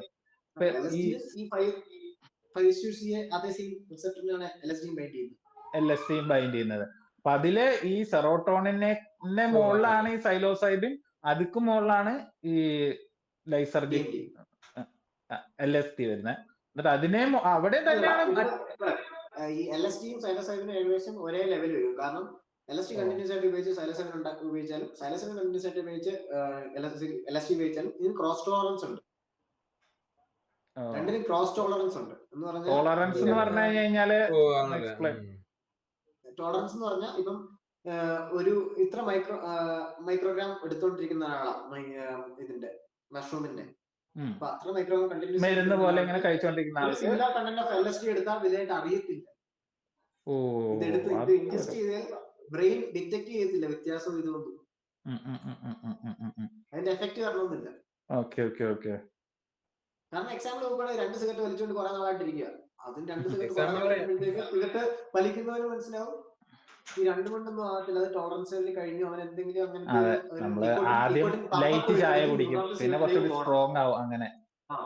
അതാണ് ടോളറൻസ്. ആ ഒരു ടോളറൻസ് ഇതിനകത്തും ഡെവലപ്പ് ആവും. ടോളറൻസ് പിന്നെ ഇതിന്റെ ഹയർ ലെവലിൽ പോകുന്നതെന്ന് പറഞ്ഞാൽ അയോവാസ്ക എന്ന് പറഞ്ഞ സാധനമാണ്. DMT എന്ന് പറഞ്ഞാൽ അതും ഒരു കോമ്പൗണ്ട് ആണോ ഈ LSD ഒക്കെ പോലെ? LSD പോലെ കോമൺ ആണ്, പക്ഷെ അത് എല്ലാ ലിവിംഗ് ബീങ്സിലുള്ള സാധനമാണ്, ഹ്യൂമൻസിലും ഉള്ളതാണ്. നമ്മുടെ ബോഡിയിലാണ് പീനൽ ഗ്ലാൻഡാണ് DMT സെക്രീറ്റ് ചെയ്യുന്നത്. അതെ, നിയർ ഡെത്ത് എക്സ്പീരിയൻസിൽ അത് റിലീസ് ആവും. അതാണ് നിയർ ഡെത്ത് എക്സ്പീരിയൻസിൽ കുറെ പേര് പറയുന്നത് ഒരു 5 മിനിറ്റ് കൊണ്ട് ഞാൻ കുറെ ഒരു അരമണിക്കൂർ അല്ല ഒരു ജീവിതകാലം മൊത്തമുള്ള സാധനം ക്രോസ് ചെയ്യാൻ പറ്റിയെന്ന് പറയുന്ന സാധനം ഈ സാധനം റിലീസ് ആവുമ്പോഴാണ്. DMT ഡൈമിറ്റഡ് ട്രിപ്റ്റമിൻ. അത് നമ്മുടെ നമുക്ക് പക്ഷെ മറ്റൊരു ഡീറ്റെയിൽ ടോപ്പിക്കിലേക്ക് നമ്മുടെ ടോപ്പിക്ക് മഷ്റൂമും മഷ്റൂമായിരുന്നു. എനിക്കൊരു ഡൗട്ട് ഉണ്ടായിരുന്നു നേരത്തെ അത് ചോദിക്കാൻ പറ്റുമത്. ഈ നമ്മൾ പറഞ്ഞ മൈസീലിയസ് എഡിബിൾ ആണോ? മൈസീലിയം എഡിബിൾ ആണെന്ന് വെച്ചാൽ മൈസീലിയം മണ്ണിന്റെ അടിയിൽ കാണുന്ന കുറെ നെറ്റ്വർക്ക് ഒരു റൂട്ട് പോലത്തെ സാധനമാണ്. അത് എഡിബിൾ ആണോ? അത് വാരി തിന്നാൻ പറ്റുന്നതാണോ? അത് വാരി തിന്നാൻ, അത് ബ്രേക്ക് ആവും. നമ്മള് ചേനയും കപ്പയൊക്കെ റൂട്ട് തന്നെയല്ലേ? കപ്പ റൂട്ട് ഈ റൂട്ട് അങ്ങനെ ചെറിയ സ്ട്രെയിൻസ് ആണ്, ചെറിയ നാരുകളാ, ചെറിയ നാരുകളാണ്. ഇവിടെ ഈ അതിന്റെ പേര് ഞാൻ പറഞ്ഞു, ആംസ്റ്റർഡാമിലൊക്കെ ഒരു തരത്തിലുള്ള സൈലോസൈബിനുള്ള ഒരു സാധനം, സൈക്കഡലിക് സാധനം എന്തോ കഴിക്കാറെന്ന് പറയുന്നത്. സൈക്കഡലിക്സ് കുറെ ഉണ്ട്, സൈലോസൈബിൻ വേറെയാണ്. സൈലോസൈബിൻ കണ്ടന്റിംഗ് ആണ്, സൈക്രലിക് അല്ല, സൈലോസൈബിൻ കണ്ടന്റ് ഉള്ള ഒരു സാധനം പറയുമല്ലോ, ട്രഫിൾസ് കാണും. ട്രഫിൾസ് എന്ന് പറഞ്ഞ സാധനം, ട്രഫിൾസ് ഒരു ടൈപ്പ് ഓഫ് ട്രഫിൾസ് ആണ്. അത് മഷ്റൂം ട്രഫിൾസ് ഒരു ആണോ? ടൈപ്പ് ഓഫ് ഫംഗയാണ്, ഫംഗൈ. ഈ നമ്മുടെ ഇതൊക്കെ ഇല്ലേ, കാച്ചിലൊക്കെ ഇല്ലേ, കാച്ചിലൊക്കെ മണ്ണിന്റെ അടി വരുന്ന, മണ്ണിന്റെ അത് അടി വെച്ച് അപ്പൊ അത് മഷ്റൂമാണ് ട്രഫിൾസ് എന്ന് അത് പറയുന്നത്. എഡിബിളാണല്ലോ. ഓ, അടിപൊളിയാണ്. അത് എഡിബിള് മാത്രം കൊടുക്കുന്ന വിലയോ ഭയങ്കര കോസ്റ്റ്ലിയാണ് ട്രഫിൾസ്. ഈ ട്രഫിള് നമ്മള് ബ്ലാക്ക് ട്രഫിൾ, വൈറ്റ് ട്രഫിൾ എന്നൊക്കെ പറഞ്ഞാൽ നമ്മൾ പാസ്ത വെക്കുന്ന അത് തന്നെയാണ്. അതുപോലെ തന്നെ സൈക്കഡലിക് ട്രഫിൾ ട്രഫിള് മൈസീലിയാണോ? ഓ, ഇത് ഫുഡും ഇതിലും ഉണ്ട്, ഫുഡും മറ്റേതും. ഇപ്പൊ നമ്മളിപ്പം മഷ്റൂമിനെ പറ്റിയിട്ട് A to Z എല്ലാ പോയിന്റ്സും ഒരുവിധം ടച്ചപ്പ് ചെയ്തു. പക്ഷെ ഇതൊരു ലാർജർ ടോപ്പിക് ആണെന്നാണ് എനിക്ക് തോന്നണത്. നമുക്ക് മേ ബി ഒരു ഫുൾ എപ്പിസോഡ് തന്നെ വേണ്ടി വരും തോന്നുന്നു. പക്ഷെ എനിക്ക് ഏകദേശം മനസ്സിലായി. ഒരു സ്പെസിഫിക് ടോപ്പിക്, അതായത് ഇപ്പം how to identify what are different types, അതില് അത് നമ്മള് സ്പെഷ്യൽ എപ്പിസോഡ്, നമ്മള് സ്പോട്ടിഫൈ ഓൺലി എപ്പിസോഡ് ആയിട്ട് സംസാരിക്കണമെന്നാണ് തോന്നുന്നത്. ഇപ്പൊ നമ്മൾ ഇന്നത്തെ ഫസ്റ്റ് ടോപ്പിക്കുമായിട്ട് ഇപ്പൊ റിലേറ്റ് ചെയ്യുവാണെങ്കിൽ low desire society in Japan. അപ്പം അതും ഇതുമായിട്ട് എങ്ങനെയാണ് നമുക്ക് റിലേറ്റ് ചെയ്യാൻ പറ്റുന്നത്? ഇപ്പൊ ഇതിന്റെ ഒരു മെഡിസിനൽ അല്ലെങ്കിൽ ഒരു മൈൻഡ് ആൾട്ടറിങ് അല്ലെങ്കിൽ ന്യൂറോൺസിനെ എഫക്ട് ചെയ്യുന്നത് അവിടെ ഇമ്പാക്ട് ചെയ്യാൻ പറ്റും, റിലേറ്റ് ചെയ്യാൻ പറ്റും. ബേസിക്കലി പറഞ്ഞില്ല, സൈലോസൈബിൻ മഷ്റൂംസിന്റെ മൈക്രോഡോസിങ് അല്ലെങ്കിൽ അങ്ങനത്തെ പല ടൈപ്പ് ഓഫ് ഡോസസ് എടുത്തു കഴിഞ്ഞാൽ ആൾക്കാർ റീവെയർ ആവും. എന്താണ് അവർ ഇത്രയും കൺസെപ്റ്റ് ഉണ്ടല്ലോ, ഇതാണെന്നുള്ള സാധനം വേറെ പോസിബിലിറ്റീസ് അവരെ കൊണ്ട് ചിന്തിപ്പിക്കും. അപ്പൊ ഡിസയർ കുറയാനും സാധ്യത ഉണ്ടാവില്ലേ? പറഞ്ഞ മാതിരി എക്സ്ട്രീം ആയിട്ട് കുറയാനും സാധ്യത. എക്സ്പീരിയൻസിൽ ഡിസയർ കുറയാണ് ചെയ്തത്. പേഴ്സണൽ എക്സ്പീരിയൻസിൽ. അപ്പൊ ഞാൻ ഇനി വേറൊരു ചോദ്യം, അതായത് ഇപ്പൊ ഇതിപ്പോ നമ്മുടെ പോഡ്കാസ്റ്റ് കേൾക്കുന്ന ഒരാൾക്ക് എങ്ങനെയാണ് ഇതിന്റെ ഈ ഒരു ഫഞ്ചൈ, ഈ ഫാമിലി എക്സ്പ്ലോർ ചെയ്യാൻ എന്തൊക്കെ റിസോഴ്സസ് ആണ്, അല്ലെങ്കിൽ ഇപ്പൊ ഈ സൈക്കഡലിക്സ് സേഫ്ലി എക്സ്പ്ലോർ ചെയ്യാൻ എന്താണ്? ഞാൻ ഒരിക്കലും പറയുന്നത് ഡയറക്റ്റ് സൈക്കഡലിക്സിലേക്ക് എക്സ്പ്ലോർ ചെയ്യാൻ, കാരണം അത് പഠിക്കാനാണെങ്കിൽ കുറെ ബുക്സ് ഉണ്ട്. പോൾ സ്റ്റാമറ്റ്സ് എന്ന് പറഞ്ഞൊരു മേജർ മൈക്കോളജിസ്റ്റ് ഉണ്ട്. പുള്ളി മൈക്കോളജിസ്റ്റ് ആണ്, ഓണ്ടർപ്രണർ ആണ്. ഇപ്പൊ പുള്ളിയുടെ കുറെ ബുക്സ് ഉണ്ട്, പുള്ളിയുടെ കുറെ ടെക് ടോക്സ് ഉണ്ട്. പോൾ സ്റ്റേമറ്റ്സ് അല്ലേ? PAUL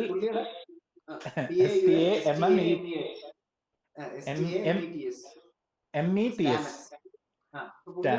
പുള്ളിയുടെ വളരെ ചുരുക്കം ഉണ്ടാകുന്ന സാധനമാണ് സ്വന്തം പേരിൽ, ഓരോരുത്തരുടെ പേരിൽ മഷ്റൂം ഉണ്ടാകുന്നത്.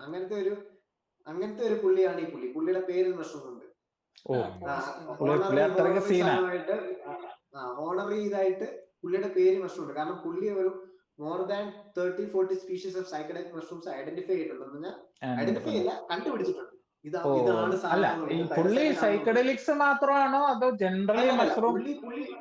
പുള്ളി എൻറ്റയർ മഷ്റൂമിന്റെ എൻറ്റയർ സാധനം. കാരണം പുള്ളിക്ക് ഒരു 6 കമ്പനീസ് ഉണ്ട് ഈ മഷ്റൂം ബേസ്ഡ്. അതിനകത്ത് 2-3 കമ്പനിയാണ് എക്സാമ്പിൾ. ഒന്ന് മൈക്രോ റീജനറേഷൻ എന്ന് പറഞ്ഞൊരു സാധനമുണ്ട്. ഈ മൈക്രോ റീജനറേഷൻ ഫോക്കസ് ചെയ്യുന്ന പറഞ്ഞാൽ എങ്ങനെയാണ് എൻവയോൺമെന്റിനെ കൺസേർവ് ചെയ്യുന്നത്. ഈ ഒറ്റ കമ്പനി അത് ചെയ്യുന്ന പറഞ്ഞാൽ, ഇപ്പം അതിന്റെ ഒരു എക്സാമ്പിൾ എന്ന് പറഞ്ഞാൽ ഇവിടെ യുഎസിൽ ചെയ്ത ഒരു സാധനമാണ് എന്ന് പറഞ്ഞാൽ 3 പിറ്റ് പെട്രോ കെമിക്കൽ വേസ്റ്റ് ഉള്ള 3 പിറ്റ്. 2 പിറ്റിനകത്ത് പുള്ളിയുടെ റിസർച്ച് ആണ് പറയുന്നത്. പുള്ളിയുടെ റിസർച്ച് 2 പിറ്റിനകത്ത് എന്താണ് കെമിക്കൽസ് വെച്ചു ഈ പെട്രോ കെമിക്കലെ ഡിസോൾവ് ചെയ്യാൻ വേണ്ടി. 3ാമത്തെ പിറ്റിനകത്ത് ഓയിസ്റ്റർ മഷ്റൂംസ് വെച്ചു, ഒരു type of oyster mushroom. Oyster മഷ്റൂമിന്റെ സ്പോർ ഇട്ടു. സ്പോർ എന്ന് പറഞ്ഞാൽ സീഡായിട്ട് വേണേ പറയാം. ഈ സീഡ് എന്നിട്ട് ഒബ്സർവേഷന് വേണ്ടി ഒരാഴ്ച വെച്ചു. ഈ ഒരാഴ്ച കഴിഞ്ഞിട്ട് തിരിച്ചു നോക്കിയപ്പോൾ ഈ ബാക്കി 2 കെമിക്കൽ ട്രീറ്റഡ് ആയിട്ടുള്ള 2 പിറ്റിൽ എന്ന് പറഞ്ഞാൽ 2 ഇതില് മൊത്തം അഴുകി ഒരു ഫൗൾ സ്മെല്ലിങ് ഇതായിട്ട് വന്നു. 3ാമത്തെ സ്ഥലത്ത് എന്ന് പറഞ്ഞാൽ ഈ oyster mushrooms petrochemical break down ചെയ്തിട്ട് അതിന്റെ ഫുഡ് ആയിട്ട് എടുത്തിട്ട് അതിന്റെ ഫ്രൂട്ടിംഗ് ബോഡി എന്ന് പറഞ്ഞാൽ ഓയിസ്റ്റർ മഷ്റൂം ആണ്. അതിന്റെ അതുകൊണ്ട് അത് മാത്രം കഴിക്കുകയും ചെയ്യാം. കിളികള്, ഇൻസെക്ട്സ്, അതുപോലത്തെ സാധനങ്ങൾ വരാൻ തുടങ്ങി അവിടെ. അതുപോലെ എക്കോസിസ്റ്റം അവിടെ ഡെവലപ്പ് ആയി. അപ്പൊ പല ലെവൽസില് ഇത് വാലിഡ് ആണ് ഇതിന്റെ യൂസുകള്. ഷെർണോബിലിൽ ഇതുപോലെ ഈ റേഡിയേഷൻ കൺസ്യൂം ചെയ്യുന്ന ഒരു ബ്ലാക്ക് ഫംഗസ്. നമ്മുടെ ചെർണോബിൾ ന്യൂക്ലിയർ പ്ലാന്റ് നശിച്ചതിന് ശേഷം റേഡിയേഷൻ യുക്രൈനിലുള്ള ഒരു ടൈപ്പ് ഓഫ് ബ്ലാക്ക് ഫംഗസ് അവിടെ ആ റേഡിയേഷൻ സ്ഥലത്തേക്ക് വളരുന്നുണ്ട്. ഇത് അബ്സോർബ് ചെയ്തുകൊണ്ട് ഇത് അബ്സോർബ് ചെയ്ത് അതിന്റെ ഫ്രൂട്ടിംഗ് ബോഡി ഇതായിരിക്കും, മഷ്റൂം ആയിരിക്കും. എന്തായാലും ഒരുപാട് ഇങ്ങനത്തൊരു ഏരിയാസ് ടച്ചപ്പ് ചെയ്തു. ഇപ്പൊ ഞാൻ പറഞ്ഞ വെച്ചാൽ നമ്മുടെ ഫസ്റ്റ് ടോപ്പിക്കും ലോ ഡിസയർ സൊസൈറ്റിയും ഈ മഷ്റൂമും ആയിട്ടുള്ള ഒരു റിലേഷനെ പറ്റി ഡിസ്കസ് ചെയ്തിട്ട് നമുക്ക് ഇന്നത്തെ എപ്പിസോഡ് കൺക്ലൂഡ് ചെയ്യാം. ഫോക്കസ് ചെയ്യാം. പക്ഷെ നമ്മള് ഇത് വിടുന്നില്ല. ഇതൊരു larger kingdom and very huge topic ആണ്. നമ്മൾ ഇതിൽ സ്പെസിഫിക് ബ്രേക്ക് ഡൗൺ ചെയ്തിട്ട് എപ്പിസോഡ് ചെയ്യാൻ താല്പര്യപ്പെടുന്നുണ്ട്. ഇപ്പം if anybody is interested you can comment it. അത് വെച്ച് നമ്മൾ അതിനെ ഡിസ്കസ് ചെയ്യുന്നതായിരിക്കും. അപ്പം ഇതിന്റെ കൺക്ലൂഷൻ ആയിട്ട് എന്താ പറയാനുള്ളത് നമ്മുടെ രണ്ട് ടോപ്പിക്സും കോറിലേറ്റ് ചെയ്തിട്ട്? ഒരു കാര്യം പറഞ്ഞില്ലേ, ആൾക്കാരുടെ മെന്റൽ ഷിഫ്റ്റ്, മൈൻഡ് ഷിഫ്റ്റ് ചെയ്യുന്നത്. ഇപ്പം അവിടെ ഓൾറെഡി ഇതിന്റെ കൺക്ലൂഷൻ പറഞ്ഞായിരുന്നു തോന്നുന്നു. എനിവേ ഇതുപോലെ നല്ല ഇൻട്രസ്റ്റിംഗ് ടോപ്പിക്സ് ആയിട്ട് ഇനിയും നല്ല എല്ലാം കണക്ട് ചെയ്യുന്നതും ആൾക്കാർക്ക് ബെനിഫിഷ്യൽ ആയ ടോപ്പിക്സ് ആയിട്ട് നമ്മൾ ഇനിയും വരുന്നതാണ്. Until next time, bye.